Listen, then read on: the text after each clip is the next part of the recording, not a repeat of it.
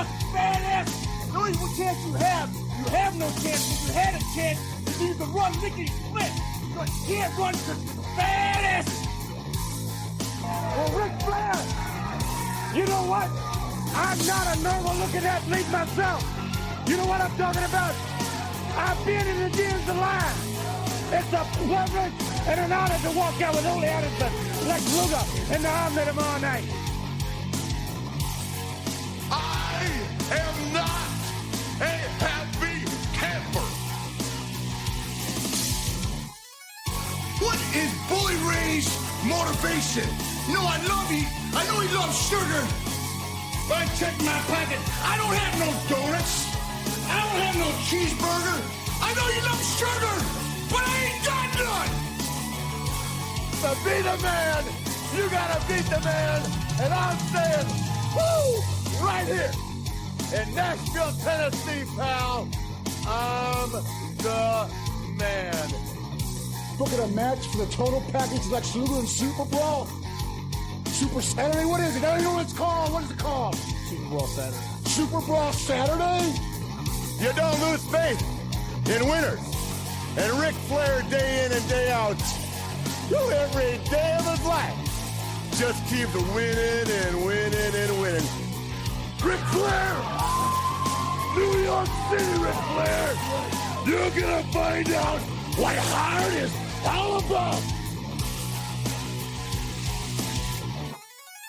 I do exactly what I want to do. You say I'm insane. I say thank you very much. Make a good lucha. I ain't done! Hit the deck! Yes! We love you, Scott Steiner! Today, I've got the style and profile like never before. You guys talk about being students of the game. I am the game, JR. Latino Heat. Chica, ¿tú quieres probar a un latino más?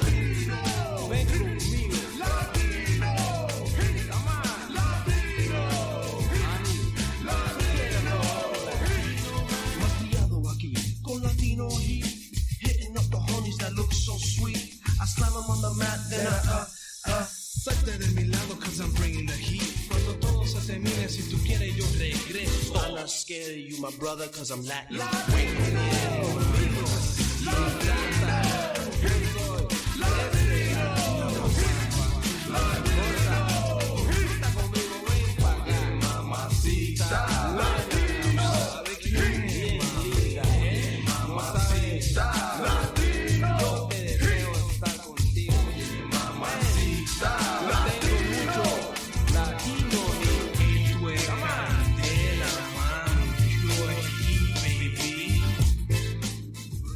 Oh, yeah. What's going on, everybody? It's Friday night. This is Dirt Sheet Dudes. I had to play that. You'll find out why in just a minute. What is up, everybody? Boxman here on Dirt Sheet Dudes. Friday night. Hope everybody's doing well. And, of course, Smark joining me over there. What's up, Smark? What's going on? I'm soaring on the wings of the victory of my Chicago Bears last night. Also, to keep it Halloween themed, they're penalized 6 times for 66 yards. That's 666. I'm pretty sure we made a deal with the devil to beat Tom Brady, but I will take it. It's creepy. Definitely a little creepy, but good for you. Glad you're feeling good about a win. That's good. That's very good. Very, very good. Yeah, that's a damn good thing right there. So yeah, I mean, a lot going on. We are definitely going to get into some news first. We will definitely get into the draft tonight, night 1 of the draft. But there is a lot of news to get into with Del Rio and lawsuits. Pretty much all of it is depressing. Oh, there's lawsuits and legals and all kinds of shit going on. And Marty Jannetty's getting jumped in New York. And man, crazy shit going on. We're going to get into all of that and more. Oh, geez. Done a few shots tonight. My wife, I told you, my wife came home with this. It's a cool bottle. Yeah, it's Seagram's 100 proof. It is like drinking fucking paint thinner. But, we have like one shot left, and I'm like, bring it in whenever. Oh, it's bad, dude. I'm like, never go to the bottom shelf. Never go to the bottom shelf, babe. Never, ever, ever. Never. Just gotta have a chaser. It'll be alright. No, dude. This shit burns your esophagus. I mean, you feel it going through your chest cavity. I mean, I pretty much live on the bottom shelf, so I'm used to it, but I get what you're saying. Never, ever, ever, ever, I will say, go bottom shelf when it comes to rum. You will pay for it. You will pay for it heartily. Oh, tequila, too.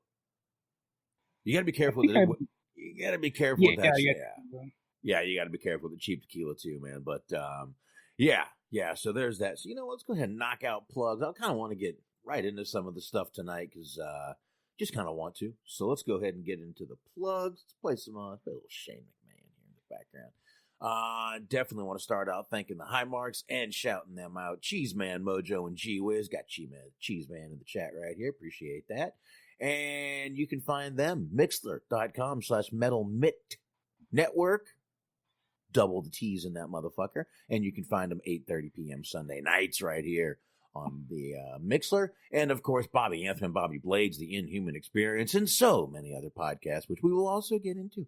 But, of course, you can find the Inhuman Experience on all the usual podcast platforms. And, of course, the Unscripted Wrestling Podcast. Find them on Blog Talk Radio and all the usual podcast platforms. And, of course, the man that shares our show and the madman of movie reviews, Stephen Milan, letterboxd, boxd.com/Stephen Milan. Go check out his reviews over there. 2 L's in Milan. You definitely want to go check out his reviews over there. And you know what? Leave us a review. Rate us, subscribe to us, follow us on Spreaker. You can follow us on Twitter, Dirt Sheet Dudes. Stitcher, iHeartRadio, Spotify, Google, TuneIn, Player FM. Go ahead, Spark. All right. Well, it is once again time to talk about our friends at the Planet Raconteur Podcast. The Planet Raconteur Podcast. It is October. It is the spooky season. So what better time than now to join our friends at the Planet Raconteur Podcast? One of them is a werewolf. Which one? You would know if you listen to the archives. All 12 episodes are available for you wherever the goddamn hell and fuck you get your podcast. Yeah, there's a lot of places to do that now. A lot of places to do that. And I forgot to turn up. I forgot to turn up the volume on the music. So, you know, whatever. Like I said, I had a few shots tonight. So you guys got those plugs just out of nowhere. Who gives a shit? It's still plugs. Now, let's go ahead and get into it. I did play that music because Anthony posted something earlier that reminded me. Today would have been Eddie Guerrero, 53rd birthday. Would have been Eddie Guerrero's 53rd. I got to tell you, man, there ain't many times I've shed a tear, but when Eddie Guerrero died, I ain't going to lie, I shed a tear. I was crying. Oh, yeah, Definitely. I am manly enough to admit that I cried when Eddie died. I really did, man. It was it hurt because I was a huge fan of Eddie's, and I don't know, man. It was just sudden, and I mean we've talked about it. We talked about it when we did the the Eddie Guerrero thing with Dark Side of the Ring. So we talked about this, but yeah, man, it was a tough time. Definitely was. I think more so than anything, it was just a matter of like how sudden it was, and how it was just such a departure, kind of a swerve almost, the way that it ended up happening because of the fact that he did have, you know, his problems that were well documented. He worked past them, and he was like on the right track, and he was clean, and everything was going good, and it looked like he had kind of, you know, gotten the ship on the right track, and then just out of nowhere, kind of everything was cut short, and it was just it's very sad. And of course they did a very good job, maybe not so much in the later weeks, but the first week or two, the video package they put out for him, it was real emotional. It was just real. You could feel it. Yeah, and you know, we were just talking about Vicky on Wednesday and all the stuff that was going on with her, and how thankful she was to Vince for all the stuff that happened after Eddie died, and just kind of I don't know, just kind of weird that we were talking about that. And now we got that, and it's funny. 2 other things happened on this date 20 years ago. Number one, not only was it Eddie Guerrero's birthday, but it was also the breakup of actually Latino Heat. Eddie Guerrero and the China storyline. This is when it actually ended, this date 20 years ago. So another little tie-in. And one other thing, and once again, I got to thank Anthony for this one too, because he posted this on Facebook. It was also when Rikish did it for The Rock. And I've got that. Wow. Anthony even posted the audio, and I'm going to go ahead and play it. How's that, Smark? That sounds terrific. Here we go. It's only a few seconds. Here we go. Okay, I did it. What? Damn it. Look at The Rock. Oh, I ran over Austin. criminal charges were dropped. And you ask why? Damn right. I didn't do it for me. No, I didn't do it for me. I did it for The Rock. What? Did it for The Rock. There you go. He did it for The Rock. I like how JR's default response to any bad news is just, damn it. Not it was anymore. like the exact same response that he did for the higher power. Not anymore. Now it's, well, don't forget that Blue Chew. But yeah, his mind has shifted elsewhere. He's got different things on the brain, different goals. Yeah, definitely some different goals in his life now. Listen, JR's just trying to get laid now, man. Leave him alone. Leave the man alone, will you? I'm just trying to sauce it. I get it. Leave him alone. He's trying to get some. Mm-hmm. The man should be allowed. I can't fault him. No, he should be allowed to get some. Man. Let him get some. I mean, not from me, but yeah, I agree. No, Jesus Christ. Anyway, all right, let's go ahead. And, smooth transition you had planned. Let's hear it. I didn't have a smooth transition plan. You know what? Let's see. What news? Listen, you know what? Here's a smooth transition. Zelina Vega guys might have found a way around the Twitch and Cameo and third party. She started an OnlyFans under the name Megan Minx. Minx. The first name was Megan, or was the first name Megan? Megan, Megan. Mm-hmm. I mean, it looks like her. I guess it is her, but it's her attempting to earn a little extra. I don't know. I guess it's her. It does look like her. Now, that's not her name. I believe her name is Tia Trinidad, right? Mm-hmm. Yeah, so I don't know where this name came from, but it does say immediately up top, capital letters, no nudes. No nudes. My interest has plummeted. She says it twice. You choose the look, cosplay, full authentic cosplay, lingerie, swimsuits. Now, I've seen some of her cosplay pictures. I mean, the girl is gorgeous either way, but some of her cosplay pictures are very, very good. One photo, $500. 5 photos. 5 photos, $750. So, you're getting a good deal there with the 5, actually. Oh, yeah, it's steal at any price. Now, the problem is, if you're going to go ahead and spend $750, you might as well put the extra $250 and get the 10 photos for a cool $1,000. Mm-hmm. Right? Mix them up a little bit. You get, maybe 3 of these, 2 of these, 1. Yeah. But I think she might have found a way around it. Looks like she does. Might have. But anyway, I mean, listen, I might expect to see more people doing this OnlyFans thing. It's kind of been known, obviously, Smart, from what I've heard. It's more known for the naked girls, from what I've heard. Is that correct, sir? I mean, I am a God-fearing Christian boy, so I wouldn't know, but that is the scuttlebutt. That is the scuttlebutt, hey. Yeah. So it is. So I don't know. Listen, I could. That might be something they can't get their hands on, especially since she's under a completely different name.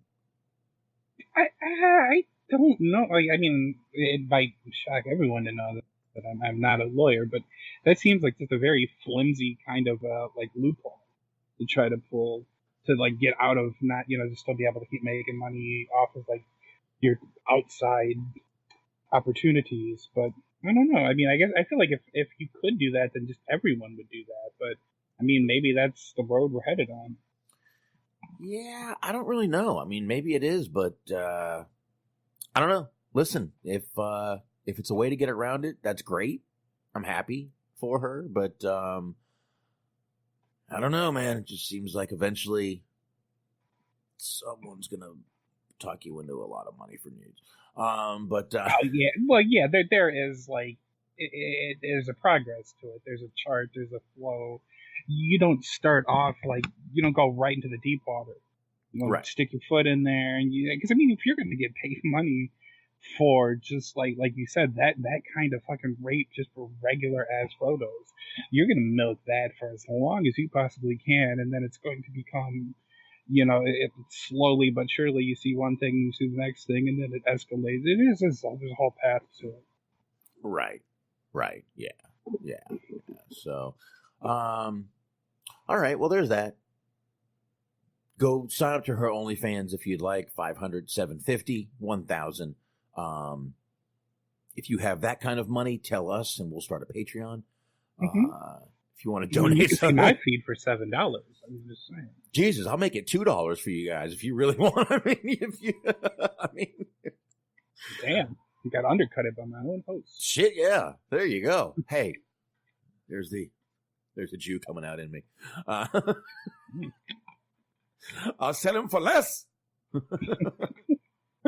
Well, yeah, I mean, I guess there'd be certain different things that we could offer. But anyways. Yes, I could offer my voice, and that's probably about it. But anyway, I guess from that, we'll go ahead and get into, we've been talking about the speaking out movement and all that stuff. Pretty much something comes up every week about it. So got a couple stories about it. We'll go ahead and get into both of those right now. First thing I want to mention, though, is the Jack Gallagher thing. Jack Gallagher has finally come out and kind of made a statement. And I mean, he was one that was immediately fired by WWE. The full statement, though, I'll go ahead and read it to you. He said, I didn't release a statement then because it didn't feel right. Feel the right thing to do at the time. I have now taken the time to process what has happened and would like to respond. In 2014, at a New Year's Eve party, I met a young woman, and my behavior towards her was inappropriate. At this party was nearly 6 years ago, and I had quite a large amount of alcohol that night. Unfortunately, I do not recollect what happened. I wish to make it clear that drinking is not an excuse for my behavior that night. I want to express my deepest regrets, and I am genuinely sorry for the upset that I have caused. We all know it was basically the woman that accused him of not having sex with her, but it seems like he jerked off in a condom and just sort of threw it in the trash. She saw it in the trash and freaked out a little bit. That's what it seems like. I don't know. I'm just saying what it seems like he did. But there is more to that if you want to read the whole thing. It's actually right up there on his Twitter. His real name is Jack Claffey, Claffey. You can go look that up. Mr. Captain Jack, Mr. Capt Jack is his name. I'm not reading the whole goddamn thing. Yeah, I mean, at least he finally said something, because he was one that just kind of left, and I don't know, I kind of thought he was just going to fade off into the sun, into the fucking sunset, and no one was going to see him again. Right. But there you go. Came out, said something not great about the can't remember thing. I think he remembers what happened. I mean, he jerked off. I mean, it's not like he didn't. He jerked off in a condom. At least he was clean about it. Sanitary, yeah. I mean, there is that. Um, And I mean, I will say, like, with him, he obviously was going to be somebody that didn't get the same sort of rope that other people have gotten. I mean, it's kind of unfortunate, but it is what it is. They're going to be a lot more willing to kind of hold on and wait to take action if it is against somebody who's more high profile. They had no problem giving him the boot because he just didn't factor into their plans in any sort of tangible way. Yeah, he almost got the Enzo thing, the Enzo treatment, if you will. Just sort of, okay, allegation, goodbye. Allegation, goodbye. You kind of wonder, was he the biggest gentleman backstage? You know, they don't usually do that. You know what I mean? But they got rid of him quick, and you know, finally he said something. At least I'm not sure that he should have, you know, gone as quiet as he did, but you know, said something. Like I said, I'm not crazy about the not remember thing, but there we go. That is that. I mean, I will say it. Not that I really have that much more for it, but I do kind of appreciate, like, there seems to be, no matter what the situation is, anytime there's any type of controversy or whatever, that people just always feel compelled to just immediately talk about it. Like, taking a little bit of time to kind of gather yourself and get some composure and actually think about what it is that you want to say, message you want to get out there. It doesn't hurt. Like, everybody, like, there's a lot of people that are way too quick to just talk about fucking anything before they gather facts and thoughts and opinions on things. Yeah, but he took the time to gather his thoughts and said he doesn't remember anything. Yeah, that's true. I mean, it wasn't exactly the best well-crafted apology. Yeah, that's my only issue. I mean, if you take your time, you want to get your thoughts together, maybe put the facts together. But no, he's just like, yeah, I had the time to think about it, and I thought about it, and I don't remember it. Yeah. Which, I mean, plausible. Sure. But, I mean, that's not really going to do you any good. It doesn't make the situation that you're in any better.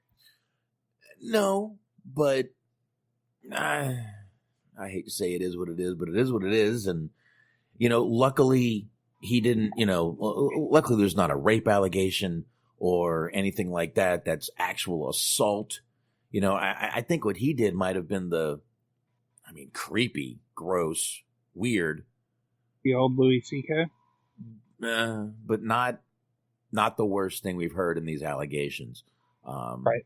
So, but hey, like I said, I at least he said something. I'm just, when you take time to think, hey, you might want to give a fucking answer. But speaking of the speaking out movement, that wasn't the greatest line. Samantha Tavel, who might that be? That might be Candy Cartwright. Matter of fact, it is Candy Cartwright. I'm going off of a Fightful article here. Fightful has learned that Thursday morning, Samantha Tavel, professionally known as Candy Cartwright, filed a lawsuit in the Circuit Court of Cook County, Illinois, against Matt Riddle, WWE, Gabe Sapolsky, and Evolve Wrestling. WWE has issued a statement, of course. WWE has not been served with a lawsuit by Ms. Tavel. However, if served, we will vigorously defend ourselves and contest it. Gabe Sapolsky got back to him and said, news to me. According to documents, Tavel is seeking $10 million per defendant. So let's see, that was Matt Riddle, WWE, Gabe Sapolsky, and Evolve. $40 million she is seeking. Not bad. That'd be a nice payday for her.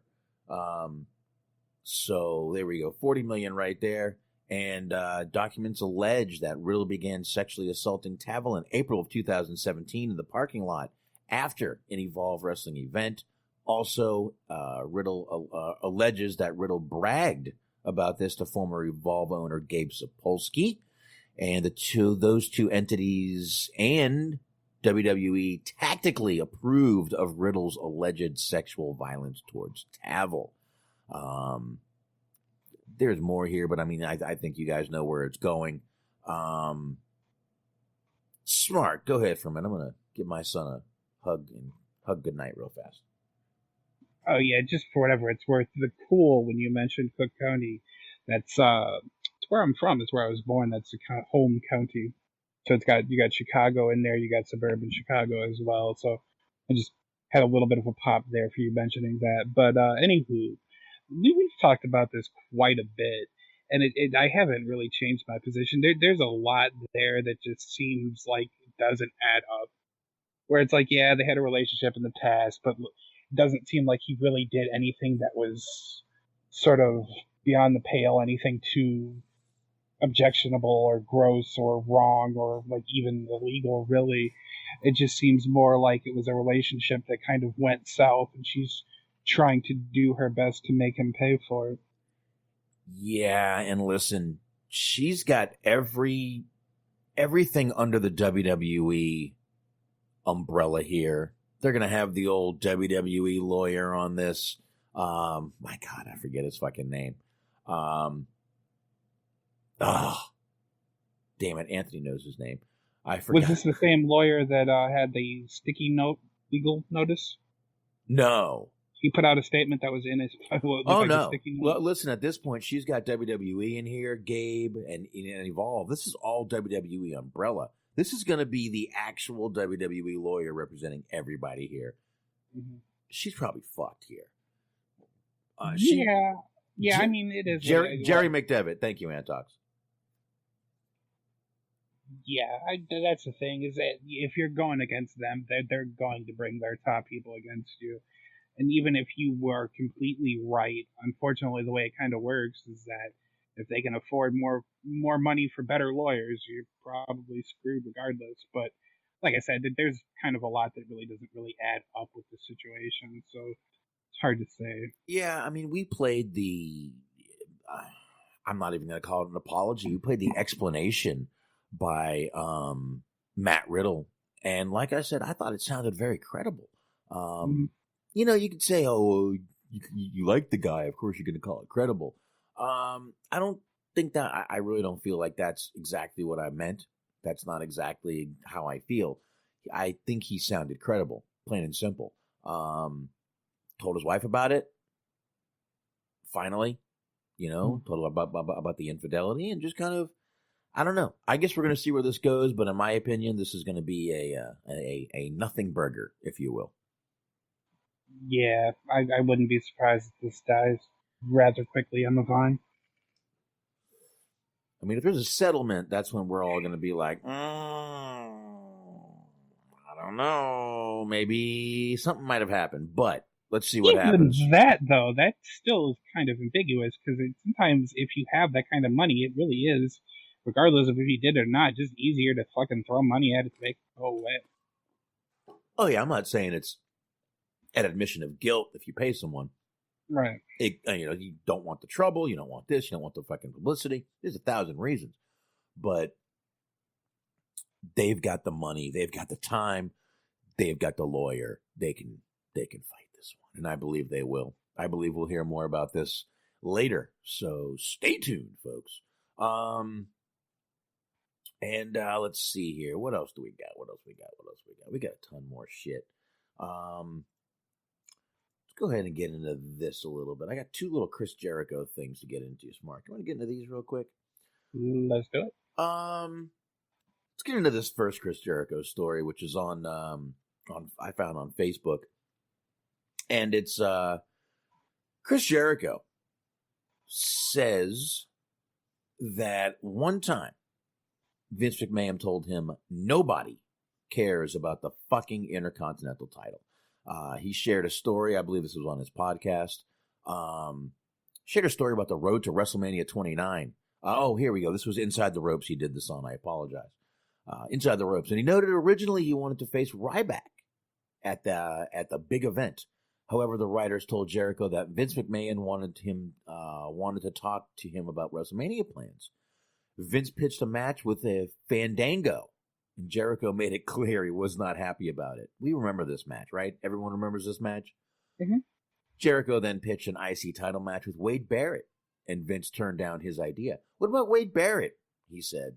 I'm a 9-time Intercontinental Champion. I could go for my 10th victory, the record-breaking 10th Intercontinental Championship, Jericho asked McMahon. Vince McMahon goes, oh, nobody cares about the fucking Intercontinental Championship. And I said, well, they don't care about Fandango either. And he goes, not wrong. And he goes, they did at the time. But, yeah. I mean, he was a little hot, but the music was hot. He wasn't. And he goes, that's your job, to make them care. And I said, so I can't change your mind. He goes, nope. So I hung up on him. I hung up on my billionaire boss because I wasn't happy with what he wanted me to do. Man, looks like everybody wanted Ryback to be a little more than he was. And Fandango. We all remember this match. It wasn't the greatest of matches. It wasn't the worst of matches. It was just a match. But we all thought it was odd. And the story going around back then, if you remember, was that Jericho had asked to work with Fandango. Mm-hmm. Do you remember this? All the dirt sheets were saying it? Yeah. Well, this looks like it wasn't right because this is straight from Jericho's mouth. No, he didn't ask to work with Fandango. He wanted to work with Ryback. Which, yeah, I mean, to be fair, still, to his credit, he was still pitching the idea of him working with younger talent. He still was, but, I mean, this Ryback was fucking, the whole Feed Me More thing was fucking over, and Ryback was over, man, at this time, and I don't know. It's one of those things, but I just thought that was a cool story, and we all see how Vince cares about the IC title. That it's so silly because it's like it's your title. Like you shouldn't be so flippant, and like almost proud of the fact that you've worked your ass off to make all of these titles just completely incredible. Yeah, and it really, I mean, it just kind of shows how, I mean, we've seen the way they've treated that title many times in the past. Mm-hmm. Right? And it's just, why has he done it? Now we know he doesn't give a shit about it. Right. He just doesn't fucking give a shit about it. So, I don't know. That's pretty sad to hear, though, that Vince doesn't give a shit about one of his own titles that is really ingrained in his company and has been some of the best matches on your show. But okay, that's fine. Vince doesn't give a shit about it. But I do like Jericho's response. No one gives a shit about Fandango either. I mean, like I said, not wrong. No. But no. Yeah, you're right. Yeah, not wrong. But yeah, that definitely explains why Vince has treated the title the way he has for so long. He was basically saying that he cared more about the XFL than the Intercontinental title. That's true.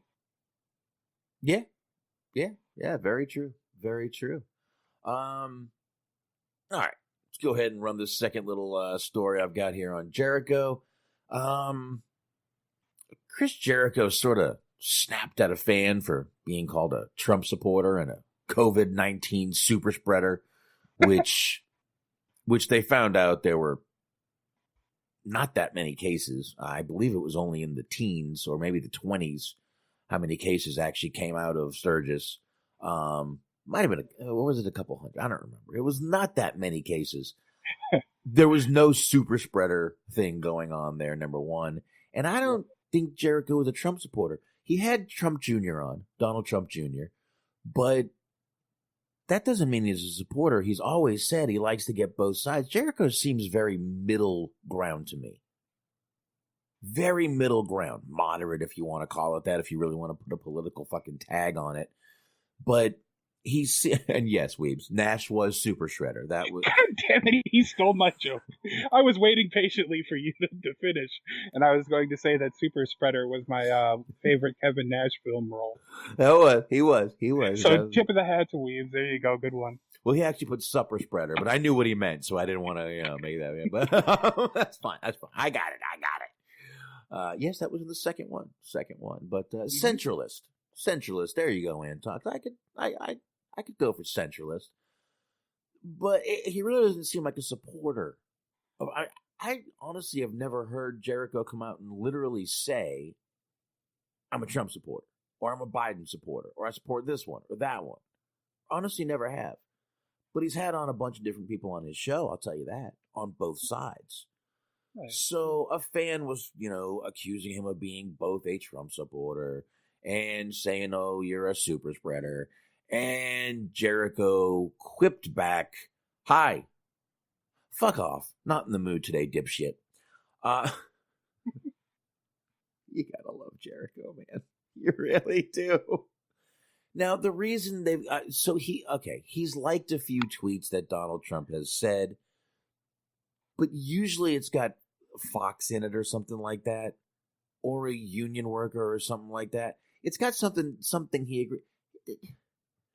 Are we really this, I don't know, sensitive if someone likes a tweet by someone come on.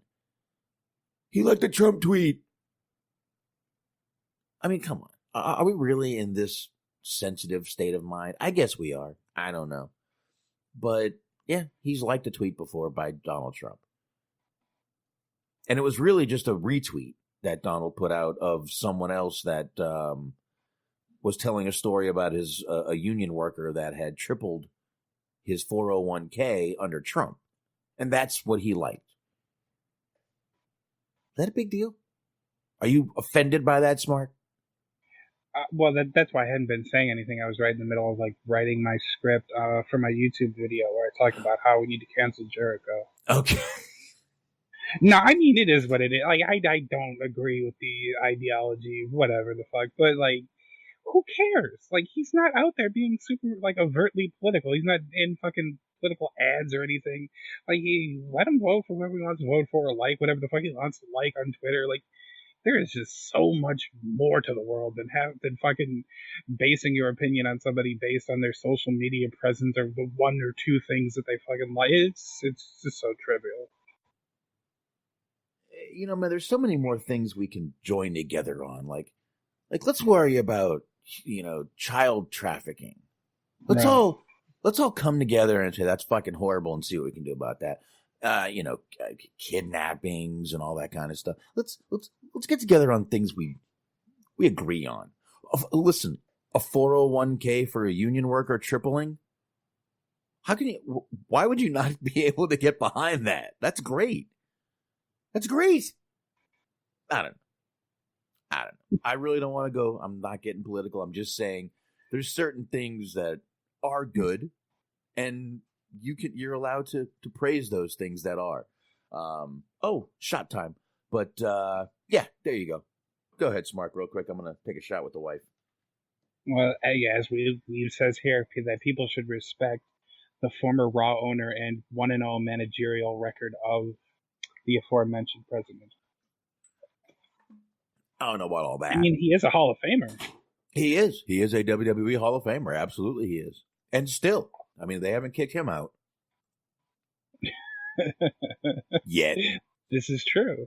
Well, no, I don't think that they ever would because, certain reasons. But, well, and I mean, now they have the presidential thing to tack onto it. So they may not bring it up now. You wait a few years, this is going to get brought up more than you think. I think so. I think it will in a few years. But I don't know, man. I just, first of all, Jericho's point. The Antics brings up he was partially responsible for the GM era, which was one of the worst time periods of Raw. So, I mean, that is a pretty interesting counterpoint. This has become a bit of a debate now. This is a real hot-button issue. Wait a minute. Jericho gave us that, or Trump did? Yeah, Trump kind of did, honestly, if you think about it, because that's when they, there's a whole timeline to it. But, yeah, he was sort of the catalyst for that. Well, I mean, I don't think it was his idea. I like how that's like the one thing that you can't defend on that point. I mean, that did suck. I mean, it did suck, but I don't think it was his idea. I mean, y'all can blame him if you want. I have no issue with that. I mean, people blame Bischoff for tanking WCW, and I'm sure he had something to do with it, but not everything. And they blame Russo. And, well, they blame like 20 people. But yeah. Lighten up, people. That's what I'm saying. Like, I mean, they're fucking wrestlers. Well, who cares if what they support? Because like I had the same, like I said, again, don't really agree with the whole ideology. But anyways, the whole thing about like getting angry about fucking The Undertaker for wearing right-wing t-shirts or whatever. Who gives a fuck? Who gives a fuck at the end of the day? Like, really? Like, you either like him as a wrestler or you don't. They're not out here committing these fucking egregious crimes. Well, if I remember... wearing t-shirts or liking tweets, who gives a shit? Yeah, and if I remember, he wasn't wearing like a fucking Trump 2020 t-shirt. He was wearing was it the Thin Blue Line or an American flag? You know, we never really got to the bottom of that. There was something of that nature, but we kept meaning to check it out, and then we never really figured it out. I think it was a Thin Blue Line shirt. Which... I mean, not every left-wing person hates police. Not every right-wing person loves police. It's just, there's room for nuance is what you're trying to say. No, I'm just saying not every person on the left side is an extremist. Not every person on the right side is an extremist. That's what I'm saying. Right. A lot of us really agree on the same things. Really, we do. But anyway. That's neither here nor there. Let's move on a little bit. Let's move on. I mean, we got Marty Jannetty. We've got... That's something we can all agree on. Oh, yeah. We got Del Rio. But before we get into those,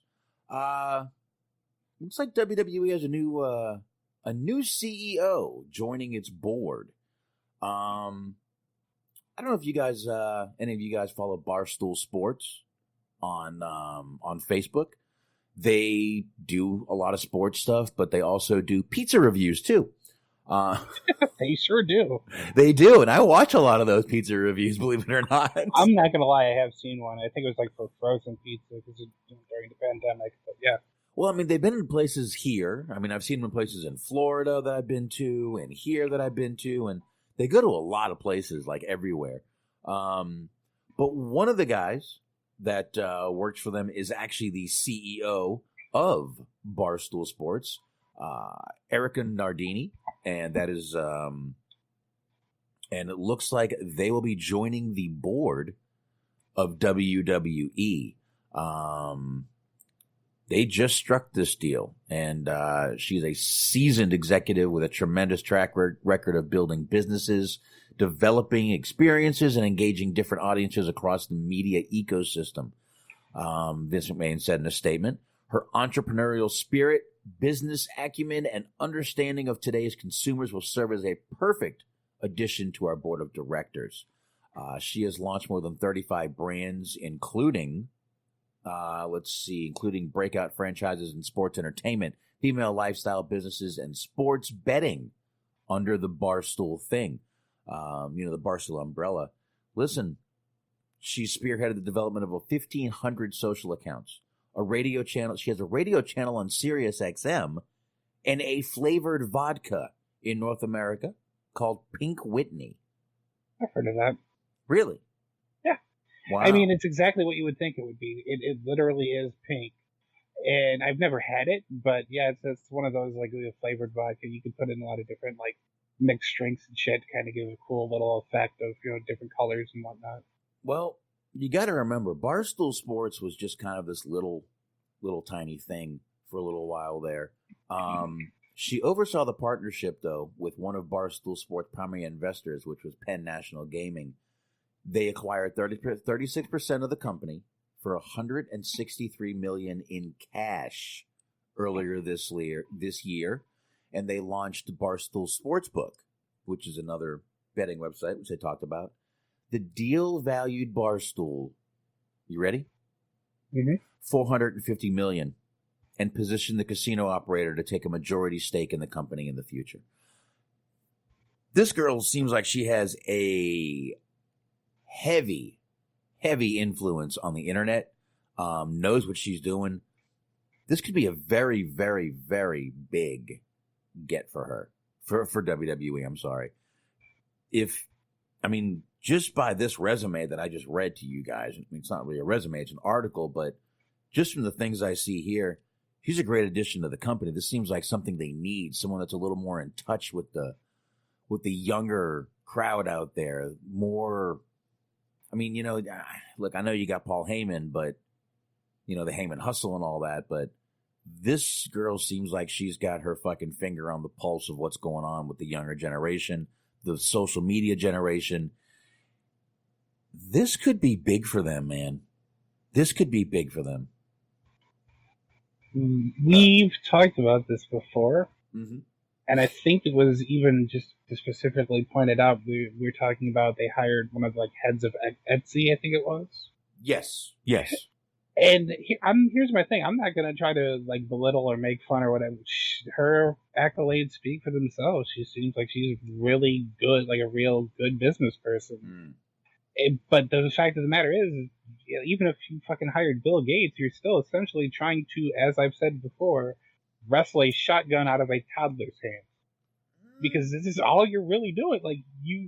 She has this great pedigree, and it's going to look really good when somebody of her ilk and of her, resume has every fucking suggestion that she puts thrown into the fire. It doesn't matter how good you are at business or the kind of ideas that you have. If Vince isn't willing to hear you, it's just, that's it. Next thing you know, a year or 2 years, 3 years down the road, we're going to be talking about how she got fired because she wasn't agreeing with everything that he was putting out there. This has happened time and time again. Like I said before, I'd like to see a reality show where you just, from the beginning, you show them on their first day and how enthusiastic they are, and then it's almost like when you take office as a president, 4 years later, 8 years later, however long that you're in there for, you can just kind of chart how differently you look, even physically, as so many of your hopes and dreams just get crushed, and you just look like a completely broken person because you had to deal with such traumatic shit. That's pretty much what it's like to work for him, even at that level of an executive. Oh, it's like when who was it? Patrice O'Neal used to talk about. When he was a writer for a while for WWE, and he's like, man, Stephanie fired me, and I didn't even care. I was waiting to get fired. I was waiting to get out of there. He didn't care. He just didn't give a shit. I mean, he had another career to fall back on, obviously. And there's one guy who was taken from us way too early. Had a hell of a career ahead of him. I can only imagine what would have been with Patrice O'Neal in this world still, career-wise. I do appreciate that he's left us with his son, Keith Lee. It's not even a matter of, you can't even call me, a racist. They look like they're fucking, they have to be related somehow. He looks just like him. Look up pictures if you don't believe me. They look exactly, at least in the face, they look very fucking similar. They do look. They do. And yes, Weeb's vintage Patrice was on Opie and Anthony. I mean, they gave him a show. They gave him a show, giving love advice to people on XM satellite radio. What was the name of that fucking show? I can't remember. I can't either. I remember the one. Dr. something. But I can't remember what the name of it was. But that show, I used to listen to it. I was huge into XM and I was huge into Opie and Anthony for a long time there. I had XM basically for free. It cost me $4 a month. That was what it cost me. I basically was paying off the unit that I had. The roadie. I still have them. I have 5 of them. I need to actually go through and fix them and sell them because people still buy them. Yeah, man, those were the Opie and Anthony days were the good old days. I miss those days. I do. My absolute favorite is, we've talked about this before probably, but he went on one of those shows, one of the panel shows. And it was about, it was several years ago too, even before we're kind of in the culture that we are now. But about, the topic at hand was outrage. and like what is and what isn't acceptable to joke about. And there was this lady on there, it was like from one of those like watchdog groups that tell you what you can and cannot say and all that kind of shit. And she was bringing up how the kind of ills of comedy and some of the shit that, you know, the message you're putting out there. And he was, of course, the counter argument to her. And like the amazing part was she came on with all of her talking points. She was just so outraged and upset and worked up. And like he started like insulting her, and like as he started to insult her, she started to laugh. Like he was so good at what he did that he was basically turning this person almost. Well, because Patrice was a funny guy, man. But you could tell that he was honest. Like, it was not, there was no bullshit involved. He said exactly how he felt, regardless of what it was that you would feel about him for saying it. No, he did. He was one of those rare breeds. He was like Jim Norton. He would go out there, he would say what the fuck he wanted, no matter who fucking trashed him for it or whatever. Antox remembers the Sex for Sam that Opie and Anthony used to do. That was they were in Boston at that time. And yes, they did have a couple who not only fucked in a synagogue, but they anal fucked in a synagogue on air and got caught. And that did get them kicked off the air for a couple of years. But they did some crazy shit. If you've never heard Super Ball from Opie and Anthony, listen to it. They have guys getting stung by fucking wasps in the balls. Okay? Just go to YouTube, type in Best of Opie and Anthony. Enjoy yourself. Have fun down the rabbit hole, because you will thank me. You will fucking thank me. Uncle now, Paul. Box, what wine pairs best with somebody being stung in the genitals repeatedly? What? I said, what wine goes best with, what wine pairs best with, like, hearing people get stung in the genitals repeatedly? I would say a red, like a blood red wine. Hmm. Yeah, I'd say definitely a red. Maybe you could go pink with a Pinot Grigio, maybe. There you go. Perfect. And maybe, a little Chardonnay possibly if you're really into it. I dig it. Yeah, you just gotta. But they've done some crazy shit, man, in their time. And I was also a Stern fan back in the day too. I kind of listened to both, and I know they were in a feud for a while there, but when they were both on satellite, they weren't really in a feud at that point because they were kind of in the same company and they both were making bazillions of dollars and didn't give a shit anymore. So there you go. Thank you. There we go. Weeble. The Black Phillip Show. That was the name of the Patrice O'Neal show, The Black Phillip Show. Bitch management, they called it every now and then. But yes, The Black Phillip Show, that was exactly what it was. Antox says he was in Opie and Anthony way back. First one he remembers was 2009-10 when they were talking about Lady Gaga wearing Hefty Bag. I remember that show too back in those days, man. God, man, those were great. And listen, the show was great up until Anthony got fired. And then it was still decent, but I kind of stopped listening. Anthony's got his show now. Opie's not there anymore. I think it's just Sam and Jimmy now that have a show. I know Anthony's doing great. He started like his own little Saturday Night Live little thing over there, like a Saturday Night Live news thing. Oh, he had a whole studio in his basement for years before that show ended. It was almost like he saw the end coming one day and built himself this whole studio with a green screen and all kinds of shit. So, I don't know. Good for him, man. But good for them. But I miss those old days of listening to Opie and Anthony, some of the crazy shit they would do. I remember, they had a fucking, who was the porn star that Charlie Sheen was banging?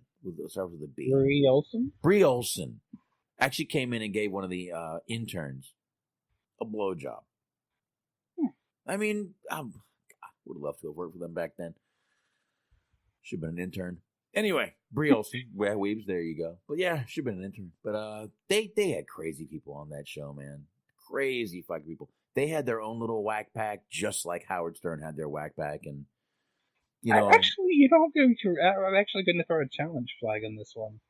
This kind of pose kind of a philosophical question for you, I guess, to kind of ponder, and for everyone else to ponder. Like, yeah, that sounds like that would be a great moment for that intern. But you figure, okay, they're an intern, so they're probably on the younger side of the spectrum, early 20s, mid-20s, let's say. Yeah. Just hypothetically. Yeah. So they basically got their whole life ahead of them. They've hit their pinnacle. Like, their dad is forever going to be what they compare every one of their other experiences with. And it's never going to fucking stack up. So if you think about it, it's a great moment, but it's also like the last, like that's the high. Everything else is down from there. Yeah, pretty much. Although, if you do top that in your life, you'll know. I guess that's true. Yeah, it is a barometer. It gives you. It will give you something to strive for to top. Brios, because Brios, she was hot as hell. And yes, Weebs, Jim Norton did get that too. I mean, Jesus Christ, Charlie Sheen had that while he had AIDS. Okay, yeah, you're definitely talking me out of this being a fun experience. I mean, well, no, this was pre. I think this might have been pre all that stuff. Might not have been. I don't remember. It might have been right during. I don't know. Either way, the guy got a fucking. The guy, Jim Norton and a guy with AIDS. I mean, either way, like, no, not at all. Either way, the guy got a Hummy from Brios. I mean, that's not bad right there.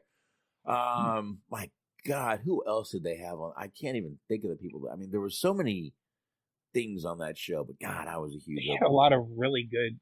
I never was a regular listener. I just seen like YouTube clips, basically. But they've always had a lot of like real, just good comedians.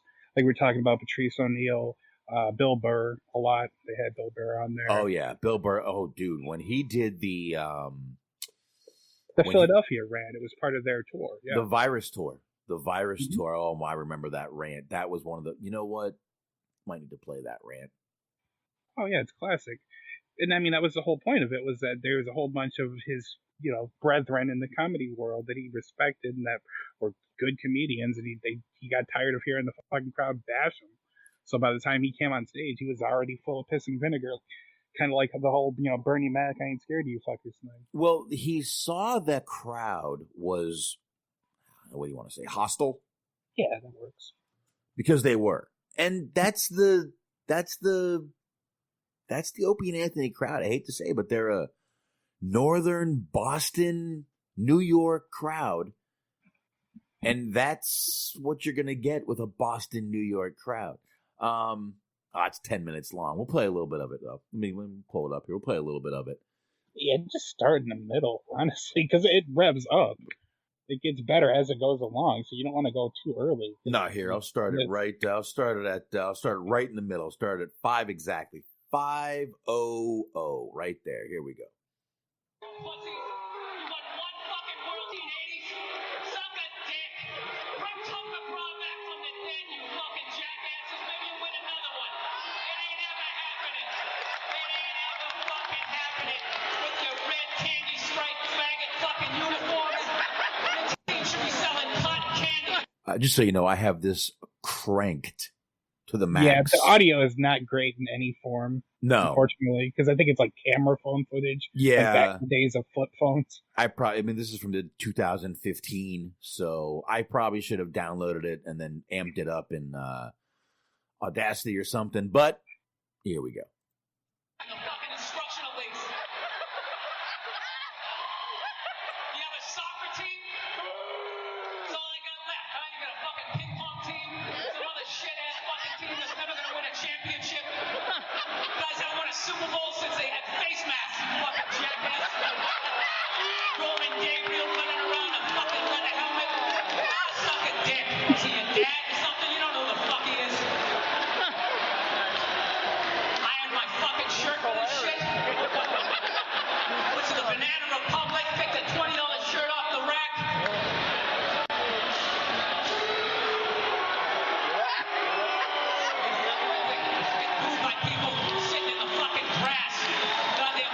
Dude, you got to remember something. This guy did his whole set, and not there you go. Fucking Weebs is pumping out the fucking info tonight. That Virus tour was Nick DiPaolo, Rich Voss, Jim Brewer. I think Jim Norton actually did a set there, Bill Burr, but they did torture Bill Burr, and he showed how to handle hecklers, man. He really did. Mm-hmm. I mean, he was just sitting there, and he'd be like, 6 minutes left, and he would just keep, and he did most of that ref top of his fucking head. Top of your fucking head. There's so many great, like, just, I encourage, if you haven't heard it, to look it up, just Bill Burr, Philadelphia, you'll get there. Yeah, just put that. But it's so great because he just, you can clearly tell there's just a moment where he's like, you know what, fuck it, I'm just gonna go for it, and he just starts bashing them. The more he bashes them, the more people, like, one person starts to laugh, and then next thing you know, he has like pretty much almost the entirety of the crowd like in his palm, like they're going for it towards the end. And then the funny part is that he just keeps going though. He doesn't like let that sway him. He's just like, no, you know what? Still, I don't care if you guys are cheering me. Fuck you guys. And it just kept going. Like, it would have been so easy to start trying to pander after that. But he just full on kept rushing forward. And at the end, they cheered the shit out of him. Mm-hmm. They fucking, I think they gave him a standing O at the end. And he fucking deserved it. Absolutely. There you go. Bill Burr was on the Chappelle Show, a little Hollywood Hangout tie-in. There you go. I remember that episode, the old Chappelle Show. But yeah, man, they were cheering him at the end. They fucking loved that set. No matter how brutal they were, they loved that set. But again, there's a reason Opie and Anthony called their fans pests. Mm-hmm.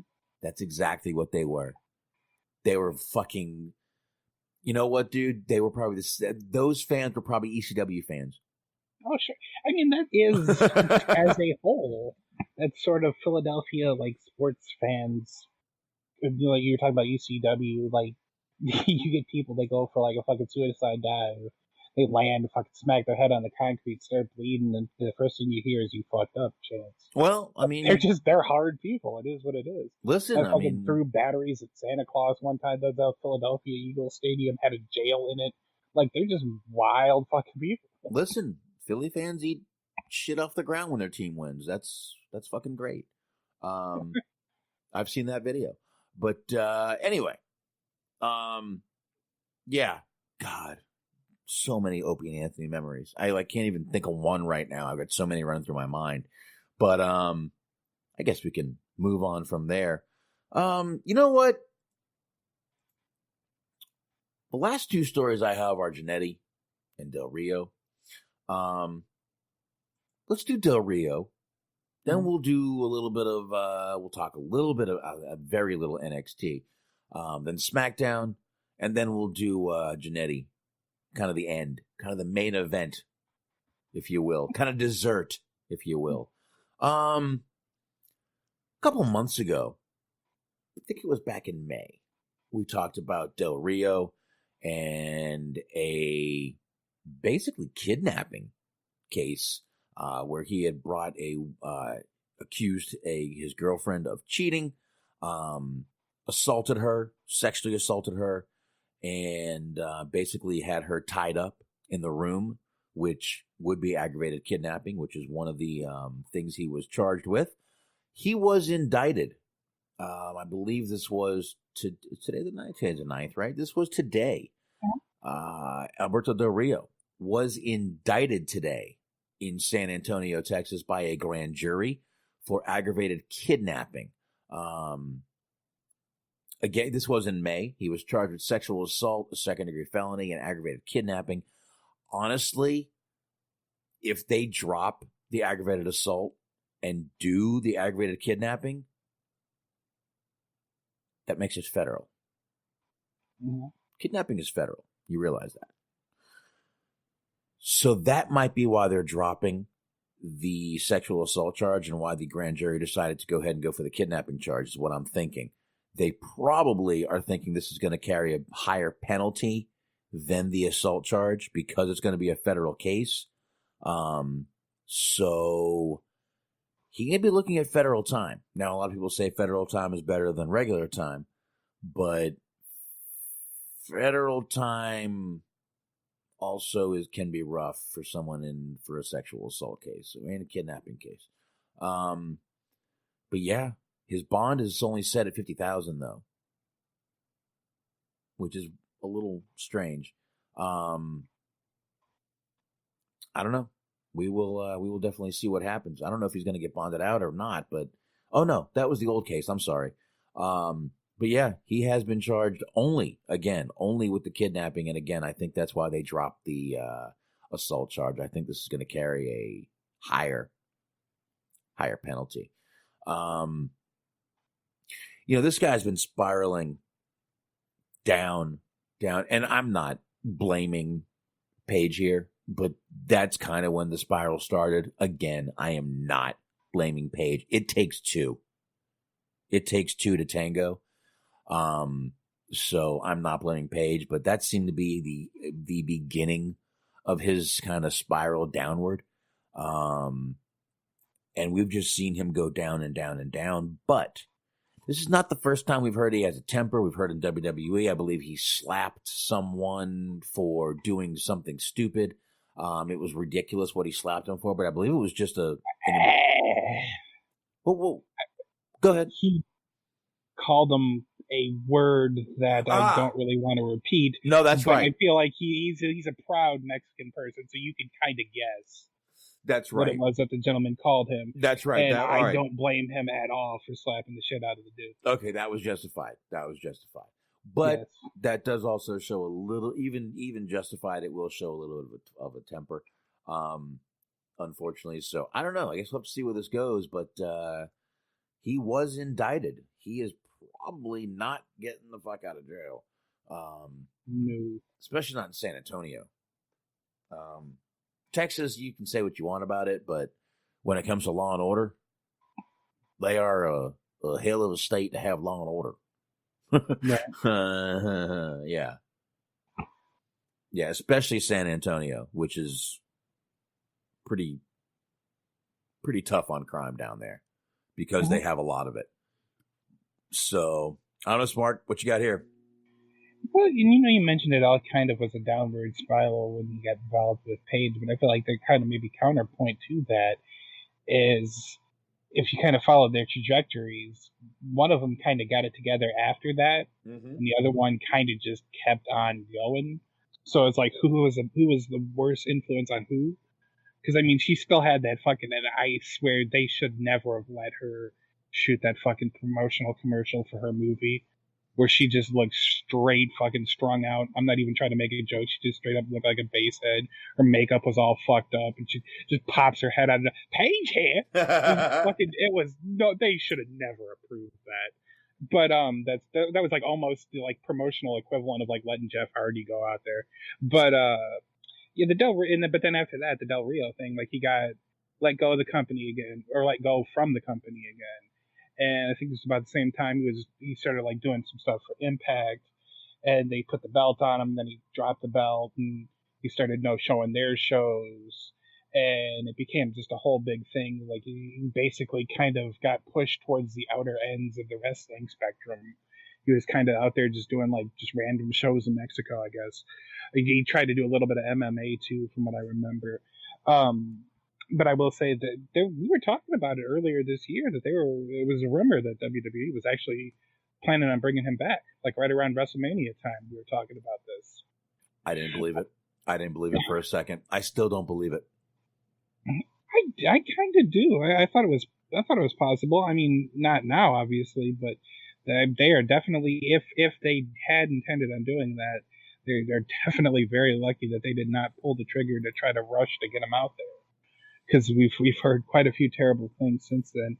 And like we were talking about the whole speaking out thing, and there's some cases where there's a little bit more ambiguous as to what it was that happened, and maybe we don't know the full side of stories and all that. But with the Del Rio thing, it seems very cut and dry. There is very little ambiguity as to what it is that's going on. Like the story as it went down, as it's being reported, is basically just fucking horrific.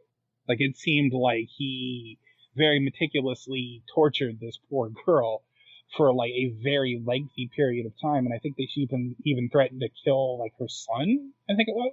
I think that yes, yeah, there was. But again, I think they're dropping all those charges and going with the federal charge. I think it's a good thing they're doing. They know what they're doing. This is not going to work out well for him. Oh no, and I mean, nor should it if he did in fact do everything that he did, which it certainly seems that way. I would put the money on it being that everything that happened did happen, because we've heard nothing of the contrary to that. Right. But yeah, I mean, it's sad that it happened at all. It's terrible for the lady. I don't know how you kind of have any sort of normalcy for at least a couple of years moving forward. Like, how could you trust any new person after like having to endorse some shit like that? And then even from his side, like, the dude was fucking, for a while there, when he wanted to be, when he gave a fuck, when he tried, when he was focused, he was wildly talented. Like, they seemed like he was all fingers were pointing towards him being like a really big star for WWE for a while there. But then just one thing after the other ended up happening, and it was one of those kind of cases where, like, not unlike Teddy Hart, we were talking about somebody who just had a lot of talent and just threw it away by very fucking self-destructive behavior, just real bad decision making, just real bad kind of lack of character. Yeah, definitely. Now, listen, and once again, I'm not blaming Paige. Once again, it takes two, and those two together were just toxic. They had a horrible, everything about that relationship just seemed toxic. And sometimes two people together are just that, and they're just bad for each other.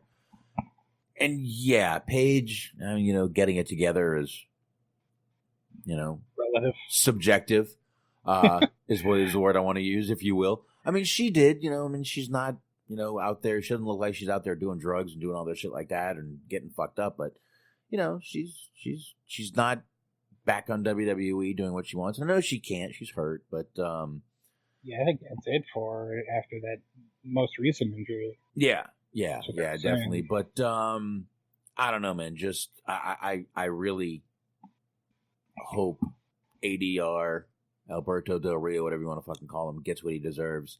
And I got a feeling we're not going to see him for probably 10 to 15 years. Yeah, I mean, like I said, based on what it is that it's being reported that he did, I feel good about that. Like, it's a shame that it had to end up to this point. Right. The fact that he did it is fucking appalling.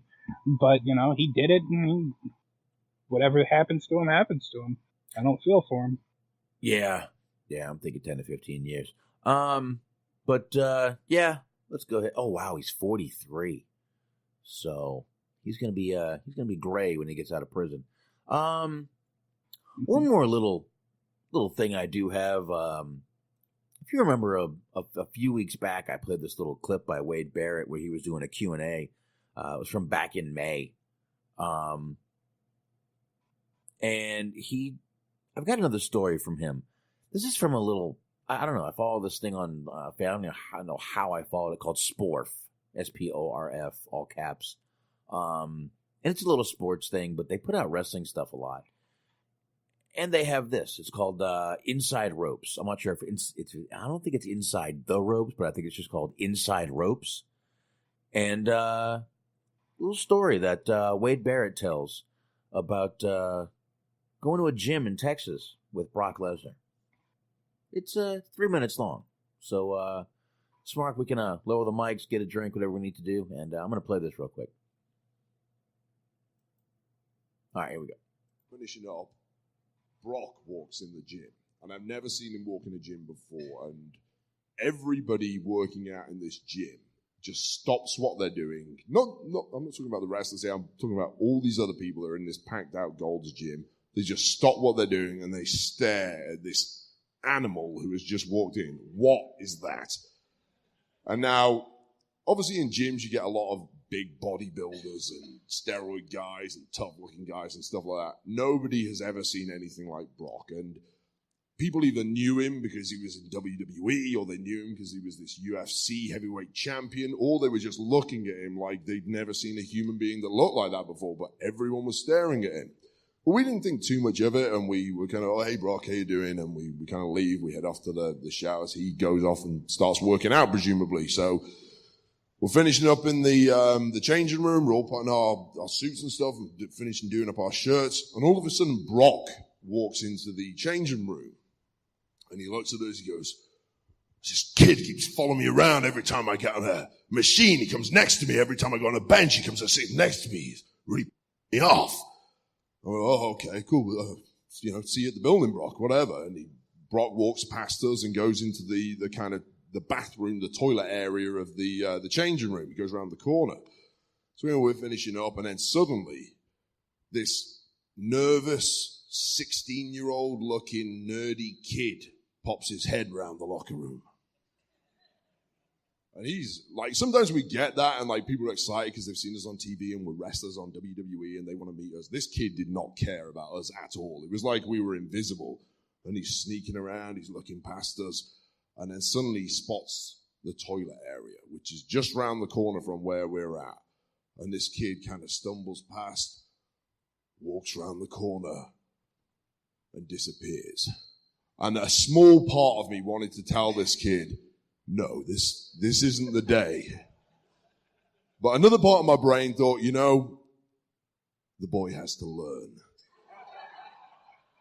So I didn't say anything. I just looked at Bray Wyatt, and he kind of shrugged his shoulders. We all knew something bad was about to happen.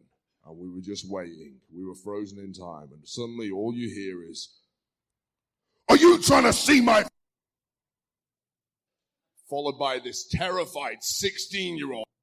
Those words were fucking penis. There we go. Here we go. Running out of there, through the door, never to be seen of again. Now, I kind of guess what happened here was this kid, nobody intentionally tries to see Brock's, but this kid was 16 years old. For him, Superman had just walked in there, and he just wanted to absorb the aura of Brock Lesnar and experience what it was like to be in the same room. And he was just overwhelmed by this monster of a man being around him, and just wanted to be as close as he could to him in some way. All right, so there you go, Weebs. The kid wanted to see Cock Lesnar. Don't call yourself the next big thing. If you know. Weebs might have just named the show. Works for me. But all right, so funny little story there. How big is Brock Lesnar's dick? That's the next question, obviously. Well, it's funny you should say that because I have an alternate theory. Oh, Barrett said that he didn't know that they were wrestlers, or he didn't care that they were wrestlers, so he wasn't a wrestling fan.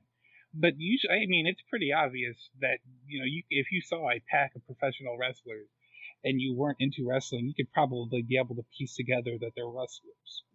right.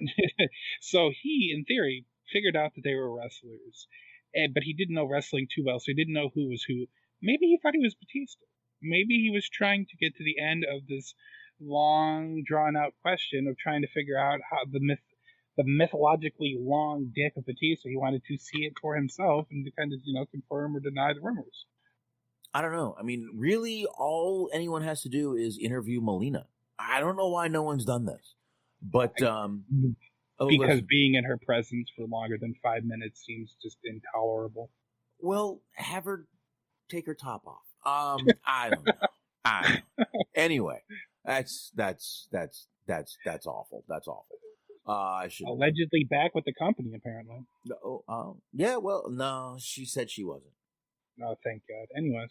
Anyways, yeah, that was a little story I had, though. I thought it was a cool little story to play. Again, they did this little site, page just pops out little stories on wrestling every now and then, and I think they're kind of cool to play every now and then. But all right, so we've got NXT and SmackDown.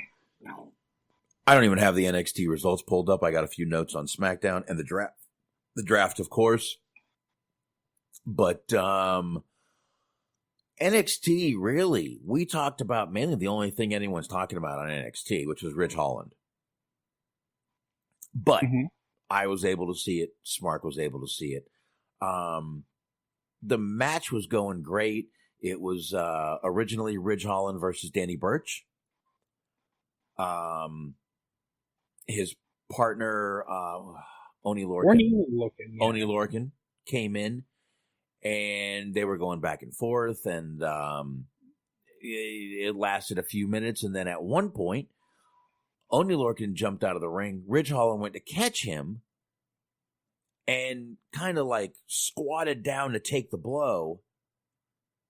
But listen, it looked like he might have blown out his knee or his ankle. I'm really not sure which. His ankle looked like it was dangling when I saw the picture that we posted the other night. He grabbed his knee. I don't know if it's just because he's so big he can't reach his fucking ankles. That could be it too. But that looked bad no matter what. Looked bad. He dropped like a stone. The referees went in there like they were goddamn John McCarthy, big John McCarthy from UFC, and were like, dude, he's hurt, back up. I mean, wow. Yeah, I just did not look good. I haven't seen or heard anything. I assume he's being looked at. And we'll hear something next week. But I haven't seen anything more on the injury, but I don't know if it was his knee, his ankle, his knee and his ankle, or something in the middle that could have affected both of them. But we'll probably hear soon what happened. Just did not look good, and just a freak accident, man. Once again, it's just like, one little fucking thing. Okay. Antox is saying it was his ankle/leg injury. He did get surgery. He'll be out for more than a minute. I got a feeling that guy's going to be out for a good 8 months to a year. I'd say he's going to be gone, but you never know. He might come back. But wow, just a unfortunate. The guy was literally just starting to get a push. And just a freak accident happens, and I feel Antox. I know it's fucking slang. What do you think? I think he's gonna be out for 1 minute. He'll be back in 60 seconds. I'm not literal Larry over here, motherfucker. All right. Literal Larry, huh? Literal Lawrence. I like the name. I feel like this is like an alias for you. I can dig it. Like a new character that you could explore perhaps in the future. There you go. He said apparently it was an ankle as well as dislocated and ruptured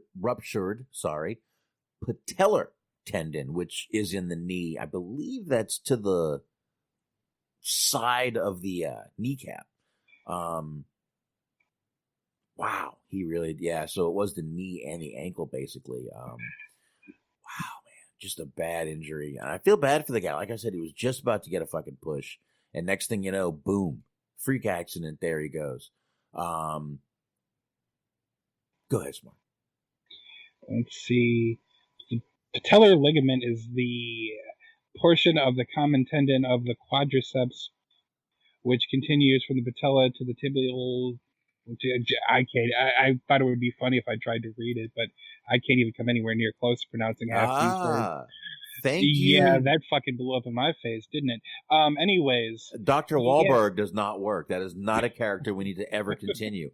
Dr. Wahlberg is out of the building already. Not as good as Dr. Mario, but any hoozles. Swing and a miss there. I feel bad for the guy because, like we were talking about, he was in a storyline with Adam Cole, and it seemed like it was presumably going to be a feud with him or with somebody in the Undisputed Era. So it was a big kind of jumping off point for the push that it seemed like he was about to receive from them, because it seems like everybody's pretty high up on him in the company and everything. I've heard a lot of good things about him. But yeah, so it sucks that happened, and just watching it was just one of those where like I saw the pictures, and even after seeing the pictures first, I was just like, ooh, this is bad. Like, this is real, real bad. Like I was telling you, it seemed like his like upper half of his body went down, and then his lower half just didn't go anywhere at first, and it just kind of snapped. It was pretty gross. It was pretty gross. Like nothing. Obviously, that the bar has been set so high by the fucking Sid injury that just nothing's ever going to compare to that. But the thing that happened at NXT with Ridge Holland, it was not pleasant to watch. No, it really wasn't. And to be honest with you, I watched the Hulu version of NXT, and they kept it in. Yeah, I mean, I don't know if you saw, I had mentioned it to you. I don't know if they kept that in too, but they had the injury happen, and then I think they went to commercial. They definitely did another segment, but they were obviously just like kind of killing time a little bit, and I guess it just took so long to get everything straightened out that they ended up showing him being stretchered out of the like Capitol Wrestling Center, or you want to call it. Yeah. I and when I saw the Hulu version, I'm like, wow, I wonder if they left anything out. So I went back and watched my DVR version. They didn't leave anything out. They actually left the whole thing in there. Right. You know, he did the really whole... What's unfortunate, kind of, to get back in there for a second, is that was the second dive to the outside. Yes. Because there was a dive that happened like almost right before that, and everything went perfectly fine.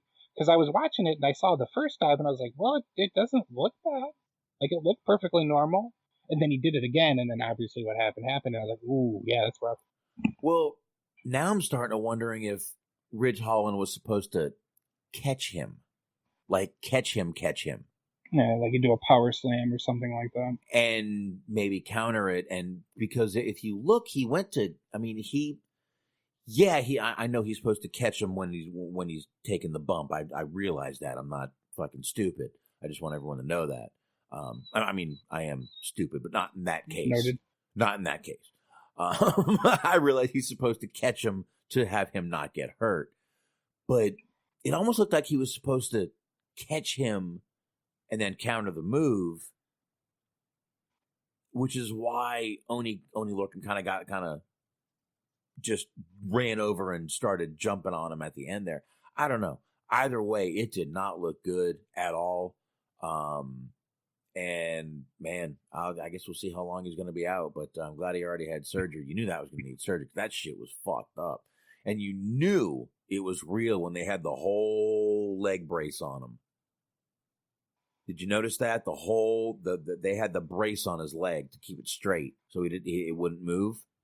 You know, it's kind of fucked up to say, but one of the things that I was going to say, what made it feel real to me, was they weren't using Owen's voice. They were just straight up like, yeah, so that happened, and that's real unfortunate, but it's not good. We don't like it for him, and it's terrible.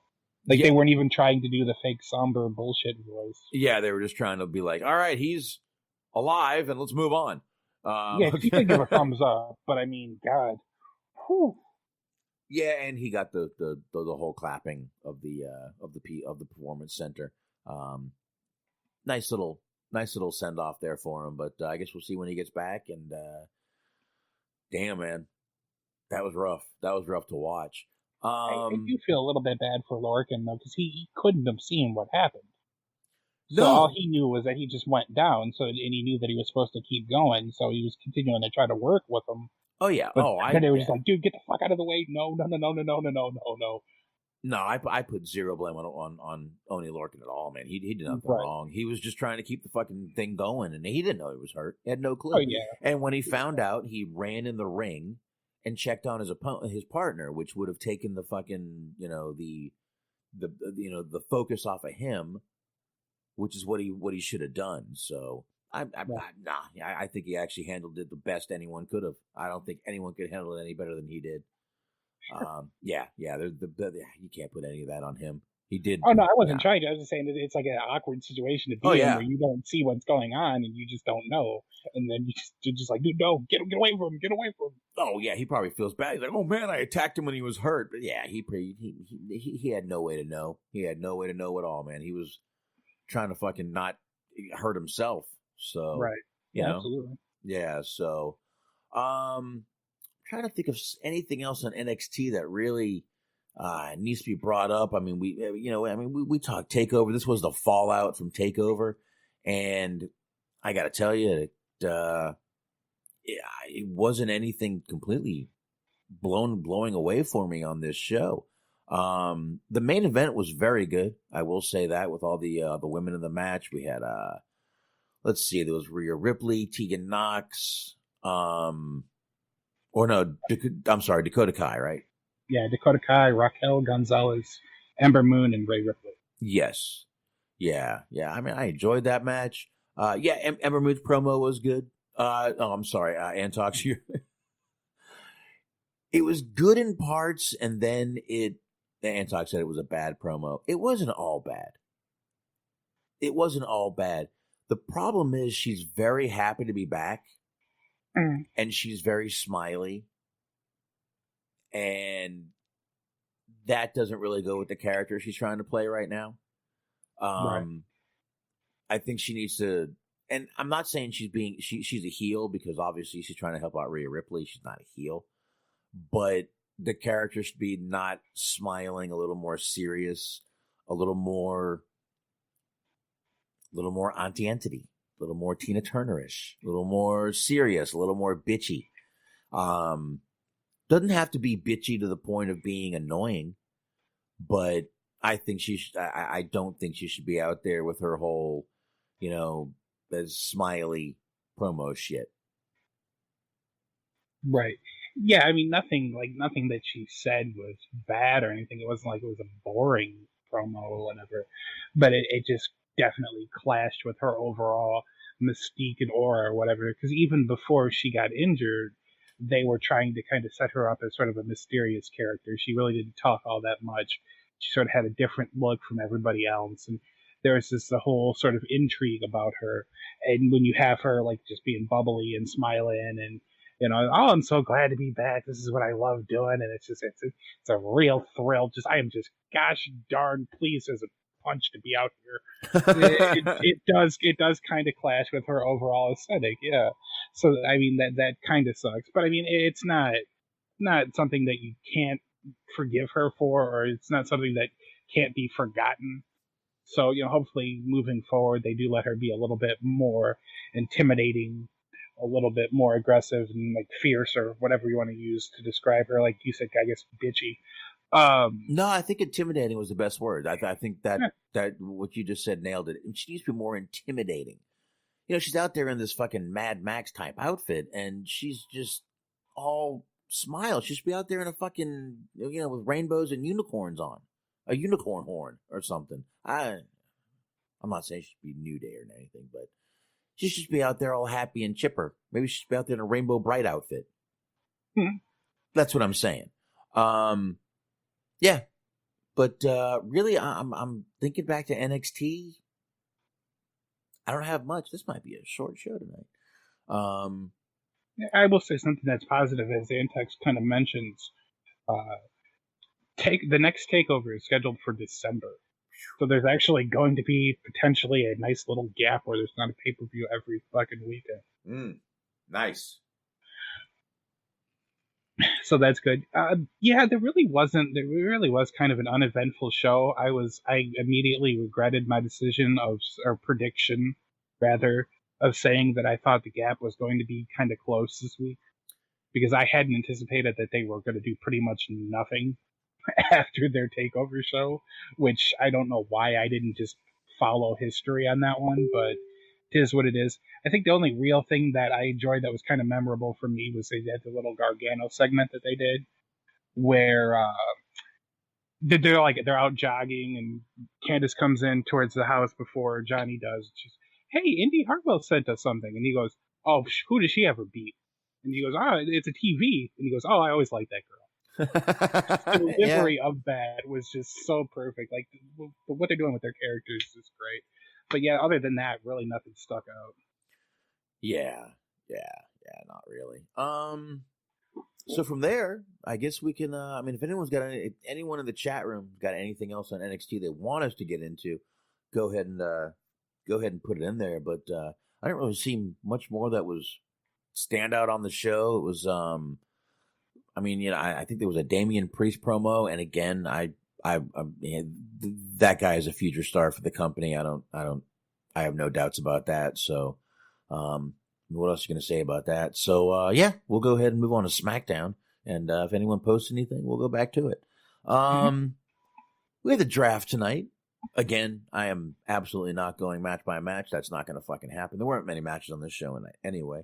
But we had the draft tonight. The first night of the draft is going to obviously continue Monday, and it'll continue online. We'll do as much as we can to keep up with it. But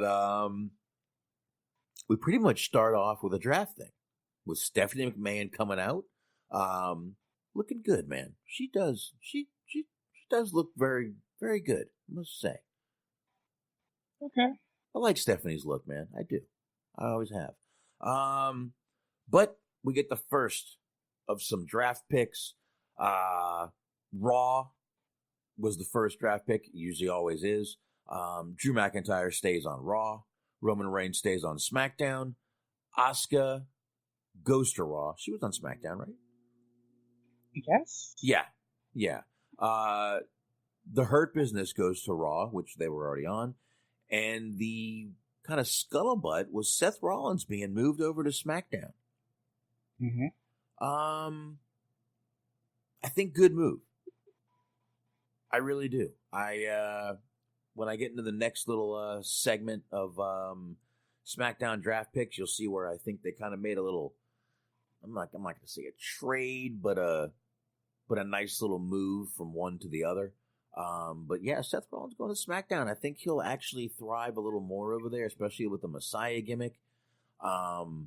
Be interesting to see what they're going to do with Murphy at this point, if they're going to move him over there too, or if they're going to leave him on Raw. Because and I think they got a get out of jail free card and they're just using it. Well, again, you know, we can bounce up and down a little bit. Again, we've got Dominic and Ray moving over to SmackDown. Does that mean Aaliyah and everyone moves over to SmackDown? So this storylines might continue more on SmackDown, which surprises me a little bit because of the nature of the storyline. I just have a little weird thing with Fox wanting to put that storyline on. You know, just doesn't sit with me. We'll see though. Murphy might end up staying on Raw, and maybe that'll be the storyline if where Aaliyah wants to go. Never know. No, I think they're just going to just use it as a reason to drop it. Not the feud entirely, but the whole sort of like side story with Aaliyah and everything. Like we've talked about it before that people haven't exactly been digging it. We both kind of talked about how we really don't think that it's that big of a deal, but there have been people that are complaining and saying that it makes them feel uncomfortable, and they, like we talked about again before, that they already have enough stuff that they have to deal with that actually did happen, or they're being accused of having happened in the real world. Right. So I wouldn't be so surprised if they're going to get a little bit gun shy about doing something a little bit more provocative, risque, racy, however you want to look at it. Yeah. I mean, I don't know. I guess we'll see how it shakes out. But again, there was a match in between, but whatever. The next set of picks, though, was AJ Styles going back to Raw. He's talked a little trash about Paul Heyman. Do you think he's going back to Raw because Paul Heyman is now with Roman Reigns, who was the, second pick tonight, going to staying on SmackDown? You think that's got anything to do with it? Honestly, probably. It sounds so fucking petty and stupid. I know. Especially because the whole gripe came about because it didn't feel like to AJ that, I guess he was saying that he felt like Paul lied to him and that he didn't stick up he didn't save Gallows and Anderson from being fired, as though Heyman was at any point anything other than just a fall guy if the ratings went down. Like, he never had any fucking authority. Everybody knew that. Like, I knew that, and I'm not in the fucking business. Like, I don't know how you could be in the business and you could see what goes on a day-to-day basis and think that Paul Heyman has the ability to save fucking anybody from getting fired, sans maybe Brock. Yeah. Now, I do see where he could get in Vince's ear, but there's also rumors that Vince doesn't really like him. But that was a long time ago. I haven't heard anything recent, to be honest, which, listen, Vince has been known to change his mind about a lot of people. So, who knows? Maybe he might love Paul at this point, for all we know. Even Antox is saying there's probably something to it. I definitely think there's probably something to that. One of the reasons he's going back to Raw. Another reason, I really feel let's face it, there's not much left for him to do already on SmackDown. Not like there's a ton left for him to do on Raw, so we're going to have to see what happens with that. But, I don't know. I kind of feel, though, again, going back to the Seth Rollins thing, I kind of feel this was I don't want to say trade, because I don't feel it was a trade. I think that's going a little too far with it, but I think you got Rollins moving over to SmackDown, and you got AJ kind of as I really don't want to use the word replacement, but I kind of feel that's kind of what it is. Yeah. It's kind of a replacement. So I guess I'll just go ahead and stick that one in there. A replacement for Rollins as the heel character. And I guess we'll see. Maybe AJ turns out to be the top heel on Raw. I would like that. I wouldn't mind that at all. Yeah. I don't think it's such a reach to kind of call it a trade. I feel like they kind of view both people in sort of the same regard, more or less. AJ was kind of on the mid-card. He was doing the All-Intercontinental feud for a while there. But, Seth isn't challenging for the world title right now anyway either, so they're both kind of on a similar position in the card, honestly, if you think about it. So, yeah, I think it's kind of a one-for-one trade there, I think, if you want to call it a trade. I don't think it's, like I said, I don't think it's that much of a stretch. No, it's just, with the WWE draft, calling it a trade, it's just kind of gives them what they want to make them feel like the NFL, and I don't want to do that. I don't want to give them that much credit. But we also had on that pick of Stephanie's, we had Sasha Banks staying on SmackDown, Naomi staying on Raw. No, going to Raw. Going to Raw. I apologize. Bianca Belair going to SmackDown, and Nia and Shayna staying on Raw. Right? Mm-hmm. Yes. So there was that right there. I really don't see any problems with those. I think Bianca Belair going to SmackDown and being on her own, not if the Street Profits stay on Raw, which I assume they will. Yeah. I think they will. And I really think they need to be. I hate to say that, but I think they need to be on their own, as well as Bianca Belair being on her own, because I think she'll thrive more without being their third wheel, if you will. Right. Yeah, but we'll get into it, but something happened later on that would kind of make it a little bit convoluted for them to share a space with somebody else that has the same thing that they have. Yeah, you got a point. All right, you're right. And before we even move on to the next pick, we've got to mention Lars Sullivan showed up tonight, no anxiety attack, came out there and was a fucking beast, man, a fucking monster. So you liked this? I didn't think he was great move-wise. He's kind of looked a little, I'm not going to say, when I say stiff, I don't mean like he was laying it in. He looked a little robotic stiff. But fluid. What? He was kind of like rigid, not very fluid. Yes. Because the funny part is, and I'll let you get back to what you were saying, but they hyped him up as being for a man of his size, this is like Michael Cole's words almost verbatim, but for a guy his size, nobody is more athletic. Agile, I think might have been one of the words. And didn't look very athletic, but the guy's going to work more of a big man style than a fucking flippy-do style. To say I liked it might be a little bit of a reach. I didn't mind it. I'm glad he finally, had the balls to go out there. I don't know. I mean, that's what we heard, is he had an anxiety attack before the show. I'm glad he finally got out there. I am curious to see. I did not see this guy was already being moved up before NXT was on television, I believe. I have not seen much of his work. But let's see what happens. He might have been nervous still going out there tonight. Robotic, like you said, not very fluid. Looked like he could have used a little oil, if you will. I don't know if you want to say that. Look, definitely could have used some oil going out there. Maybe, taking a shot or something. But I'll see where it goes from here. I'm curious, definitely.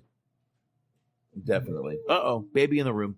But go ahead, please. I did not like it. Did not like it at all. It's funny because they described him, and I get the whole idea is that you're supposed to put people over. You're not supposed to JR people and just fucking no sell them. But they're talking, like you said, they're putting him over for how fucking agile he is now. Nobody can move like him for his size. And he looks like a fucking action figure from the early 90s where you can only do 2 or 3 different things with them because they're just not made to be moved and bended and posed and flexed. And then they're putting over how he's the freak. He's this freak. They said freak 90 fucking times in the 2 minutes that he was out there. And compared to who? He's fucking bigger than, Sami Zayn or whatever, but he's 6'3" and he's 300 pounds, I think they said he was. That's really not that impressive these days. Especially when we were just talking about Brock being on the roster, and you have people like Keith Lee, and you have all these other people. He looked almost like a fucking, he looked like a less impressive version of Rusev. Or if you left Brian Cage in a coma for 3 years. So he just got off the cycle and you deflated. He's still a little bit built. He's got he looks like he's strong. It looks like he could, he's physically imposing a bit, but does he look all that different from fucking any of the other people that they brought out to be in that kind of role before? Maybe even just a Bam Bam Bigelow or something like that? No, and eventually I see him playing a Russian character. I don't know why. I can see that. Put him with Imperium. Oh, they're more German. Come on, man. Those guys are fucking Nazis. Come on now. Stop it. Yeah, bedfellows. Those guys are fucking Nazis. I know a Nazi when I see one, goddammit. But listen, I thought he didn't look very, I think you put it right, not very fluid, a little, again, when I say stiff, I don't mean he laid it in, he looked like he was actually stiff. But again, he could have been nervous, could have been, first time out there, could have been nervous. I know there's not a crowd, but still, big moment for him. And we'll have to see. I have not looked at the reaction online for him. We'll talk about that Wednesday night. Yeah, I'm sure that there will be quite the reaction. Yeah, we'll find out. I have not seen it, but all right, let's move on a little bit here. By the way, I don't know if it was here or after this pick, but New Day did end up getting back together. We had Xavier Woods out there. We had Kofi come back. Both the security guards kind of sneak up on Big E. Big E wasn't it was right after the match with him and Sheamus. He won. He basically got. It kind of seemed like they were trying to tar and feather him with eggs and flour. Weird, a little weird, but it was weird. It was. It looked like they wanted to. It was supposed to be like catering table or something. Yeah, but who keeps fucking like raw flour on a catering table? I don't know, but we did have them show up. Big E looking a little dejected that they were back, like he's kind of getting into his whole thing, kind of getting in on his own. We will definitely get into that in just a few minutes here, but I did want to bring that up, and I want to bring one thing up. Xavier. Dude. Motherfucker had 24-inch pythons. Did you see his arms? Yeah, yeah. Old Javier Woods. It didn't come as much of a surprise to me, and I will say I'm not trying to undercut that at all. He does look great, but he's on Twitch all the time, so I've seen him fairly recently, and I could kind of see that he was kind of bulking up and trying to get bigger. Wow. So it did work out well for him. He looks great. He looks like he's in real good shape, and he did, like you said, he looked real big. Yeah, he was kind of imposing. So and that's good for him, because that was kind of, he was always sort of the runt of the litter of that group. He's just kind of short and kind of scrappy. I actually think Kofi's more of the short and scrappy, in my opinion. Kofi's taller though, so I think it works a little bit better for him because he's got a little bit more length to him. Yeah, I mean Xavier had a little bit of size to him, but yeah, I always thought Kofi was kind of. Give me a second here. Another shot with the wife, and oh, that is much better. That doesn't burn my esophagus. That's much better. Thanks, babe. But let's move on. Well, you know what? We'll go ahead and jump on to the next picks here, because we're going to get into more of the New Day stuff in a few minutes here.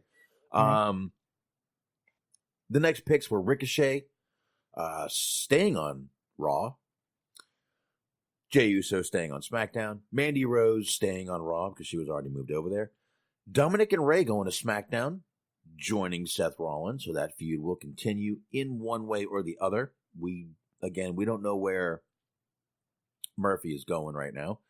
And Miz and Morrison jumping over to Raw. I like that. I actually think that's going to be a better spot for him right now. Not that they were getting used or overshadowed by anything on SmackDown, but kind of think that, as much as I'm not crazy about the gimmick, that doesn't matter. My real, to put that aside, my thoughts on it are they'll probably do better on Raw. Yeah. I just really feel they will. That's more of a Raw kind of gimmick, and they might be able to, have more people to work with over there and do that kind of, ridiculous, stupid, old. We're in college and still playing pranks gimmick. The old Animal House gimmick, whatever. The too old to be doing Animal House gimmick. But I just think that'll go better on Raw. And they might be able to go a little more raw with it, a little more edgy with it on Raw. Mm-hmm.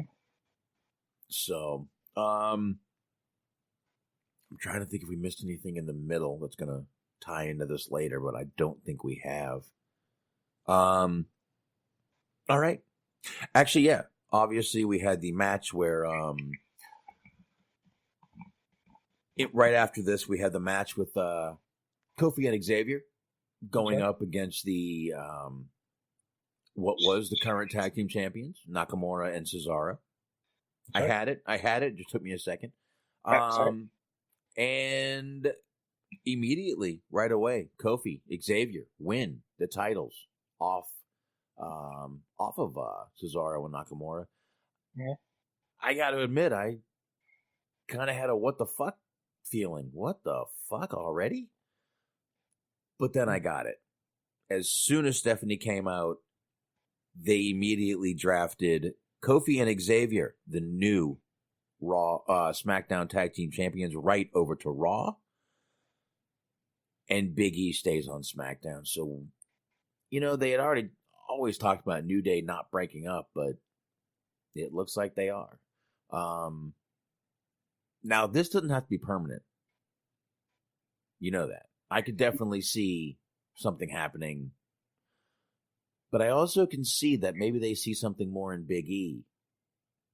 And maybe Big E might get that run that I've talked about. I believe we've all agreed with. I'm sorry, man. He's championship material in my eyes. Mm-hmm. No, I totally agree with that. I think it's a little bit of a cool way of doing it where they can justify him going to be a singles star and not having them do the typical somebody turns on somebody else, where they can kind of just part ways just mutually and still remain friends and remain cool and open up kind of a potential line down the future if they want to get them back together. Doing it that way. It made me laugh a little bit because it seemed like Big E was trying his best to kind of force himself to cry a little bit, and it just wasn't nothing happening. So that was a little funny to me.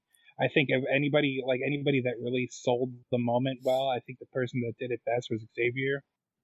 Because Kofi kind of seemed like he was a little bit disappointed, but he was shit happens, I guess.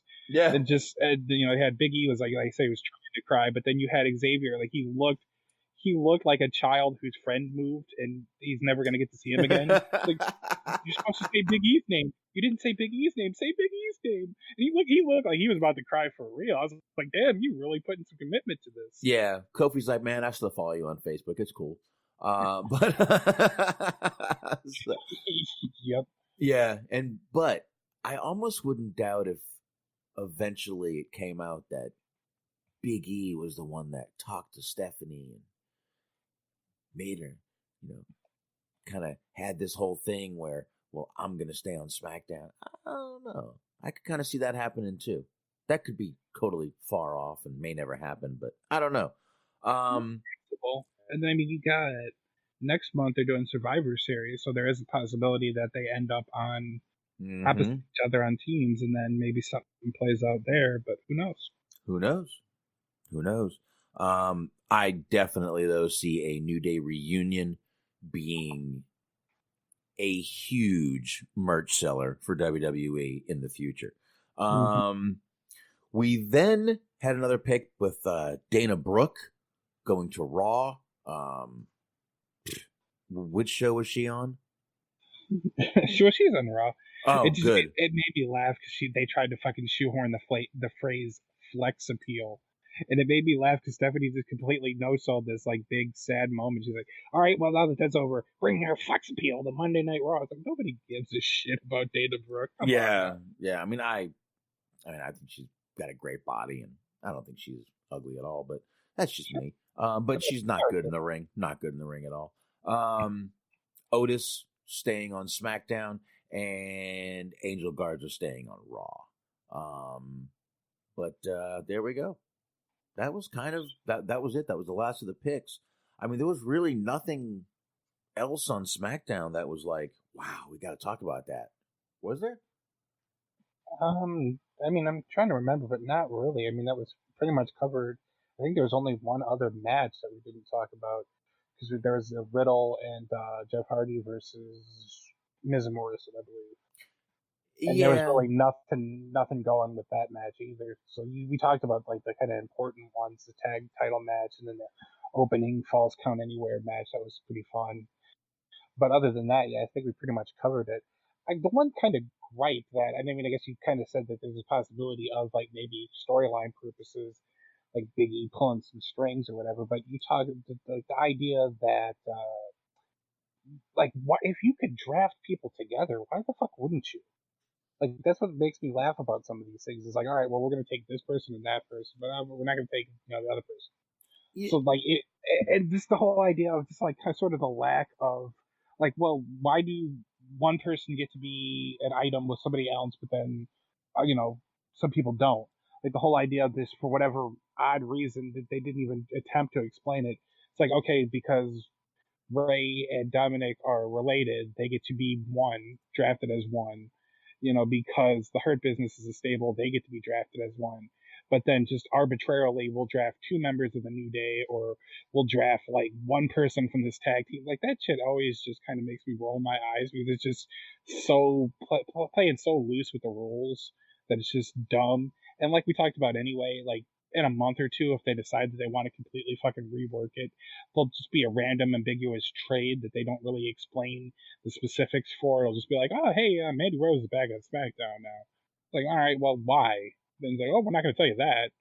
Like, none of this, like, ultimately, they work hard to sort of make it where it doesn't fucking matter anyway, because you have these whole thing where, you know, like, people just randomly show up for a week or two on Raw because of some weird contract loophole that they sort of haphazardly explain anyway. Yeah, God forbid they actually explain what the fuck they're doing correctly. But yeah, it's I don't know. And you know, I'm sitting here looking on Wrestling Inc. and they have a few more people that are WWE free agents. I like how they do that, like they're not under contract, but they can go anywhere. Yeah. Some of the free agents are Humberto Carrillo, Mickey James, and Murphy on the Raw side. SmackDown side, we got Drew Gulak, Tucker, Lucha House Party, all of them, and Shorty G. So that makes the following superstars eligible to be drafted on Monday: Andrade, Bailey, Aleister Black, Alexa Bliss, Daniel Bryan, Carmella. Ugh, we didn't even talk about that last week, and I was fine with it. King Corbin, Apollo Crews, Nikki Cross, Dabba-Kato, Dolph Ziggler, Robert Roode, Eric of the Viking Raiders. Obviously with the other guy being out, Ivar being out. Lacey Evans, Charlotte Flair. Oh, I forgot about Charlotte Flair. Jeff Hardy, Billy Kay, Lana, Keith Lee, Riddick, Moss. Oh, Riddy Mo. That's right. Natalia, Titus O'Neil, Randy Orton, Kevin Owens, R-Truth, Retribution. Now, Retribution's probably going to go over as a whole thing. Right? Well, one could only hope. I don't think I could live in a post-Retribution world. Absolutely. That would, I mean, that's the apocalypse at that point. Matt Riddle, Riot Squad, Peyton Royce, Arturo Huas, Sheamus, Shinsuke Nakamura, Cesaro, Street Profits, Braun Strowman, Tamina, Akira Tozawa, Zelina Vega, Bray Wyatt, and Sami Zayn, and Elias. Oh, I forgot about Elias. Is he cleared? I guess. He's cleared? I don't know if he's cleared. It seems weird that they would like list him if he wasn't. Yeah, so there you go.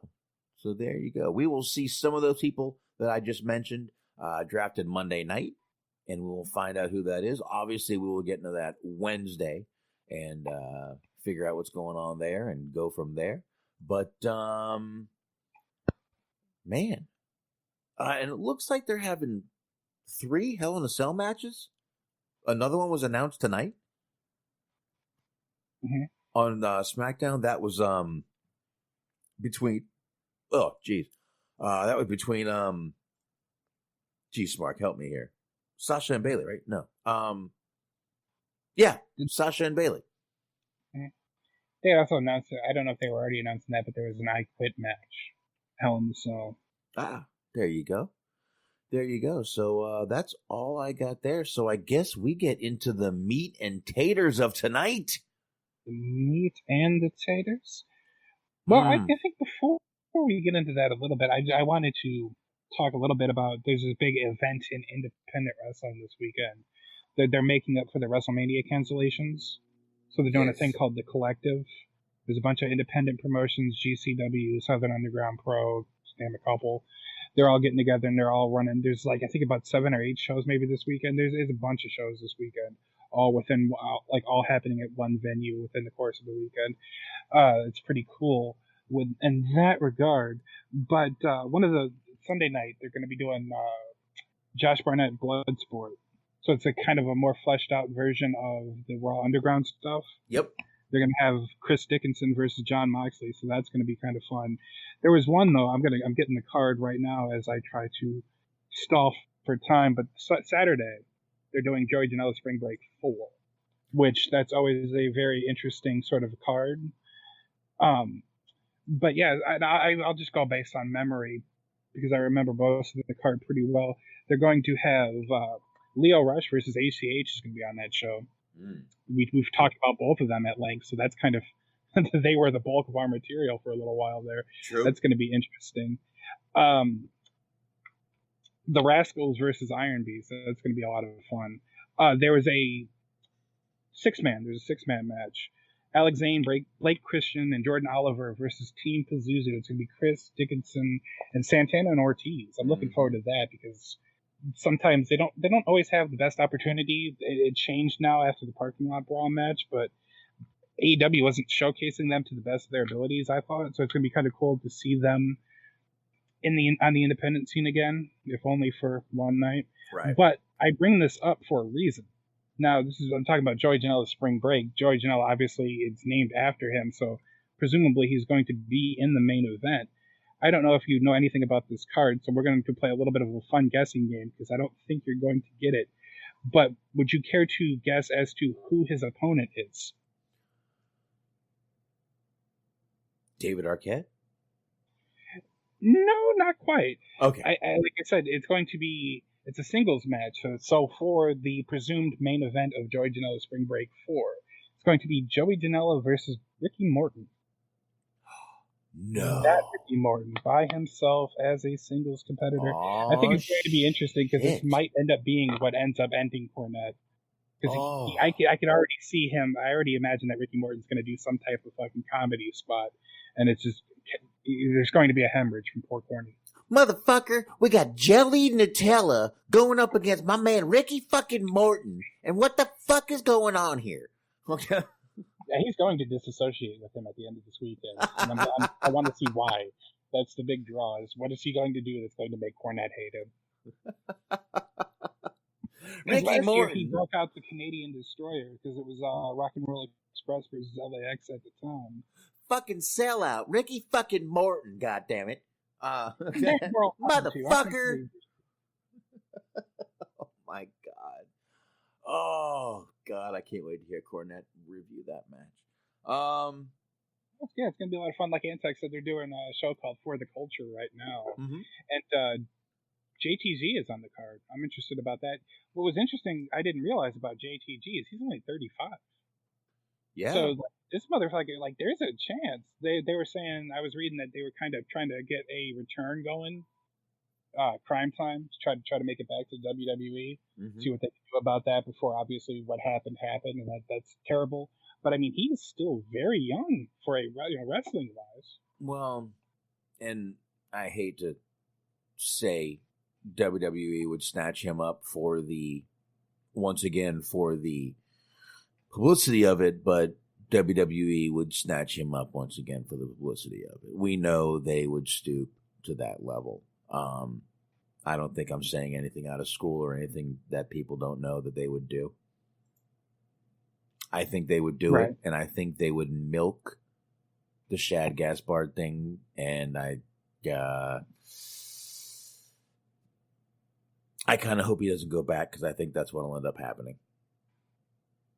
I kind of hope he stays away, but yeah, we'll see what happens. But hey, if he can get indie work, I'm happy to see that. But I guess we go ahead and get into the last little thing here. Are you done with the indie stuff, or were you still going? I'm sorry, I apologize. Oh no, that was pretty much it. I just wanted to see what your reaction was going to be to Joey Janela versus Ricky Morton. I just learned about that this week. I didn't know who Joey was facing. I knew about the rest of the card, but that's going to be interesting, I think. I'll get a hold of that. Let's just put it that way. There you go.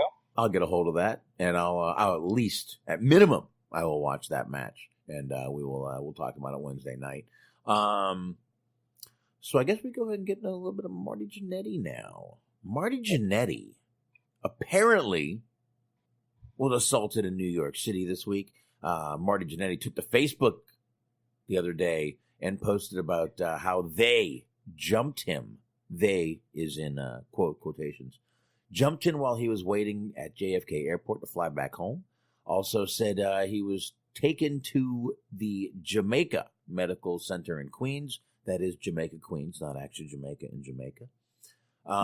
Indicated a doctor told him he was the victim of a case of mistaken identity.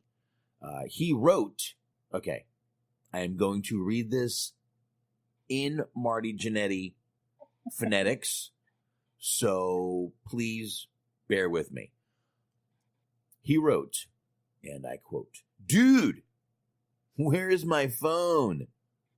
NYC, they jumped me and took me to the hospital." Quotation, Jamaica Medical Center, quotation. "I was in front of JFK Airport trying to go home, ... They jumped me from behind. I locked one of them up, arms stiff, waving at heaven." That was the quotations. "When you in NYC and get jumped from behind, you probably getting robbed. The doctor apologized, said mistaken identity. I liked him, was very nice to me. My boy, B-O-I-Y, Nicholas Maskey, came back and got me the airport. But dude, where's my phone? P.S. Wait, this is the absolute lowest of the low. P.S. Why Breonna Taylor got all that attention on mistaken identity? Question mark. I got none. Capital letters. Oh, no. Is it because I'm white? Question mark. Oh, no. Yes. Those were, again, I said it got lower than low, and this was the lowest of the low. First of all, let's just get the last part out of the way right now. Why? First of all, why even bring that Breonna Taylor up at all? Second of all, what the fuck were you thinking when you did that, you idiot? No reason to compare yourself to her. There's not even a fucking, like, these cases are fucking oil and water. Apples, oranges, fucking fire and water. They're not even one case alike. If allegedly, and again, this is allegedly, you got assaulted. She didn't get assaulted, dude. She got shot and killed. Did you get shot and killed? My God, man. Okay. So let's just get that out of the way. Go ahead, Smark. Say something on that so we can just move on from that and go on to the other stupidity of the rest of this article, please. Like, this is essentially as dumb as saying that, like, you need to defund the police because he got into a feud with the big boss man. It makes as much sense as that, really. I mean, this is like exactly like you said. Like, you know what the big difference is among several other differences is that you are still alive. She isn't. So why would you even bother fucking comparing yourself to her or trying to get the same sort of attention that the incident involving her had? I'm sure that she would rather be alive and not have the attention that ended up having, you know? But it's like, it makes no fucking sense. It's just so stupid. And I mean, it's Marty Jannetty, so it's par for the course, but like, right. How did you expect anyone to support you on that? Really? Come on now. Yeah. I mean, this is just so fucking stupid. And again, that last comment was just like, I mean, the original comment was already a little weird and incoherent, but because I was picturing Marty Jannetty asking where the fuck his phone is as he's typing on his phone the status update. Yeah, and I mean, it just takes a dark turn at the end where it's like, well, why don't people care about me like they care about Breonna Taylor? Like, well, because any number of a billion reasons. Yeah, why? Because I'm white? No, because you're alive. You're breathing. You're living your life. Plain and simple. Not because of your fucking skin color, you stupid motherfucker. Okay? I'm sorry, dude. I hate to be fucking crass and rude, but this fucking moron. Absolute stupid fucking moron. And this This is so, dude, where's my car? I mean, dude, where's my phone? I mean, man. I mean, but listen, I got to tell you, thank the Lord that people like Marty Jannetty and Teddy Hart are around still. We've got plenty of material to keep going on with these guys. Jannetty, keeps saying that he's saying he was about to do a pedophile murdering storyline. And then another article came out last week that he burnt that body. You see that? Did you see that? Did you see that one? Oh, all right. You didn't see that one. I did not see that one. No, I'm sorry. Oh yeah. They're I mean, dude, this whole thing. You know what? We talked, I believe, a while ago. We did talk about me saying they should take like Trump's Twitter. Marty Jannetty, if your phone is gone, leave it alone. Do not buy another one. If you do not download any social media apps.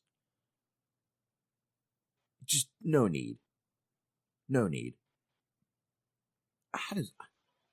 What does he expect this to be? Like front page CNN fucking worthy a story that he got mugged in fucking New York City? Unfortunately, getting mugged in New York City is kind of common.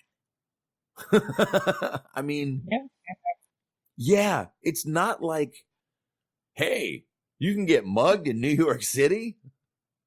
Yeah. I mean, I hate to break it to the man, but it's kind of a couple of things going on in the news cycle right now that kind of take precedent over what's going on with Marty Jannetty these days. Yeah. We even lead off with it on our show. Yeah.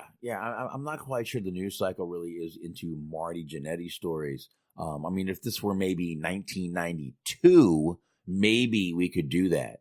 But it is not 1992. So, my God, just Marty Jannetty, what the fuck is wrong with you, man? Dude, put the fucking straw down, man. I wonder if any part of him, and I feel like the answer is no, by the way, before I even pose this question. I wonder if there's any part of him that like knows what it is that he's doing. That just knows that he's just being like a real fucking whack job. There's times I think he's just fucking around. And yeah. And then there's times I think, well, maybe he's drunk or high. And then there's times I think maybe he's just a motherfucking idiot. And then there's times I think maybe he's just out of his goddamn mind. I'm not sure what even to think anymore, man. I'm really not. I'm not sure which one of those is correct. Maybe all of them. You tell me which one you think. Depends on when. Depends on the circumstance, I guess. What was that? I think it just kind of depends on what day it is, what time of the day it is. Just any number of a cocktail of different things, of just him being a total fucking idiot, and then him also probably being on drugs and alcohol and all kinds of just mood-altering substances. So basically, we're just wondering which substance is Marty Jannetty on today, and that's the Jannetty we're gonna get. Okay, well, hey, listen again. I'm glad him and Teddy Hart are still around to give us material, something to talk about.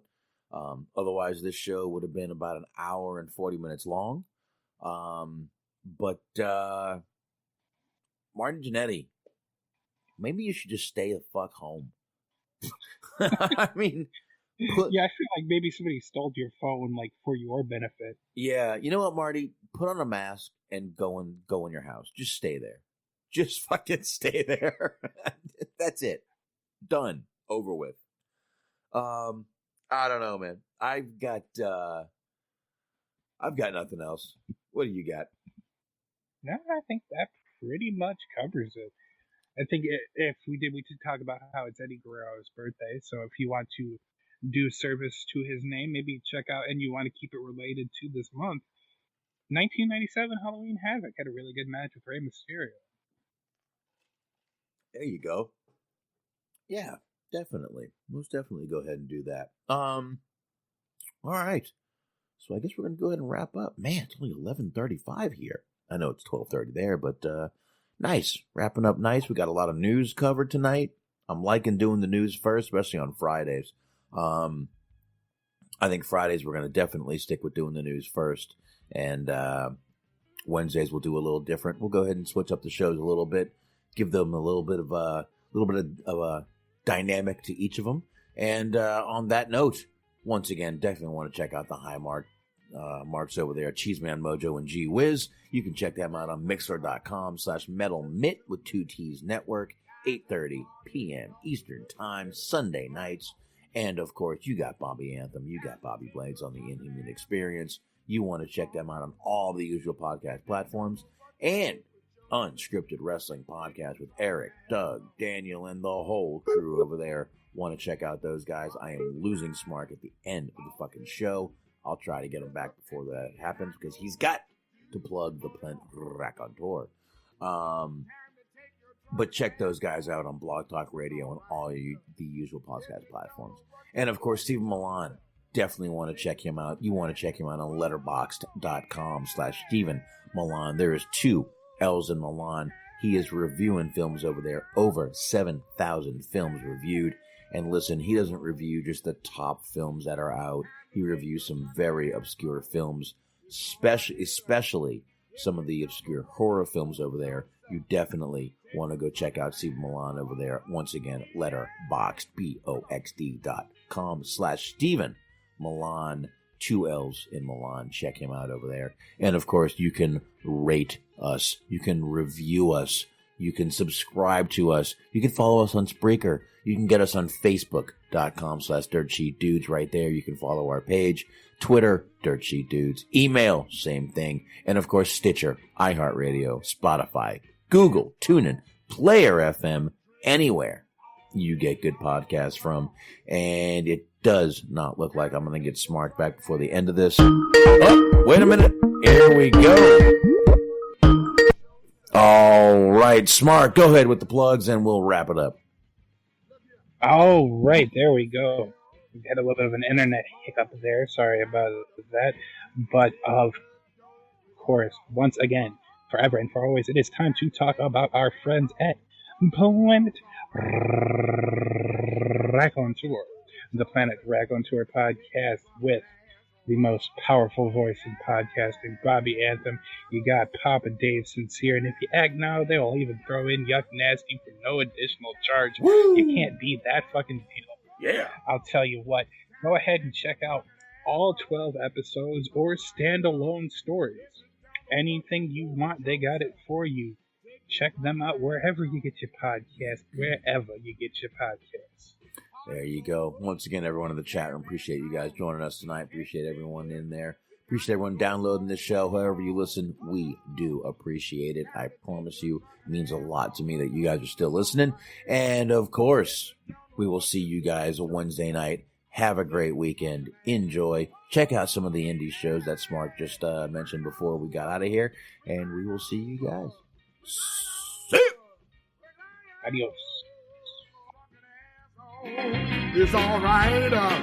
If you don't know what to do with yourself, take your drunken ass on.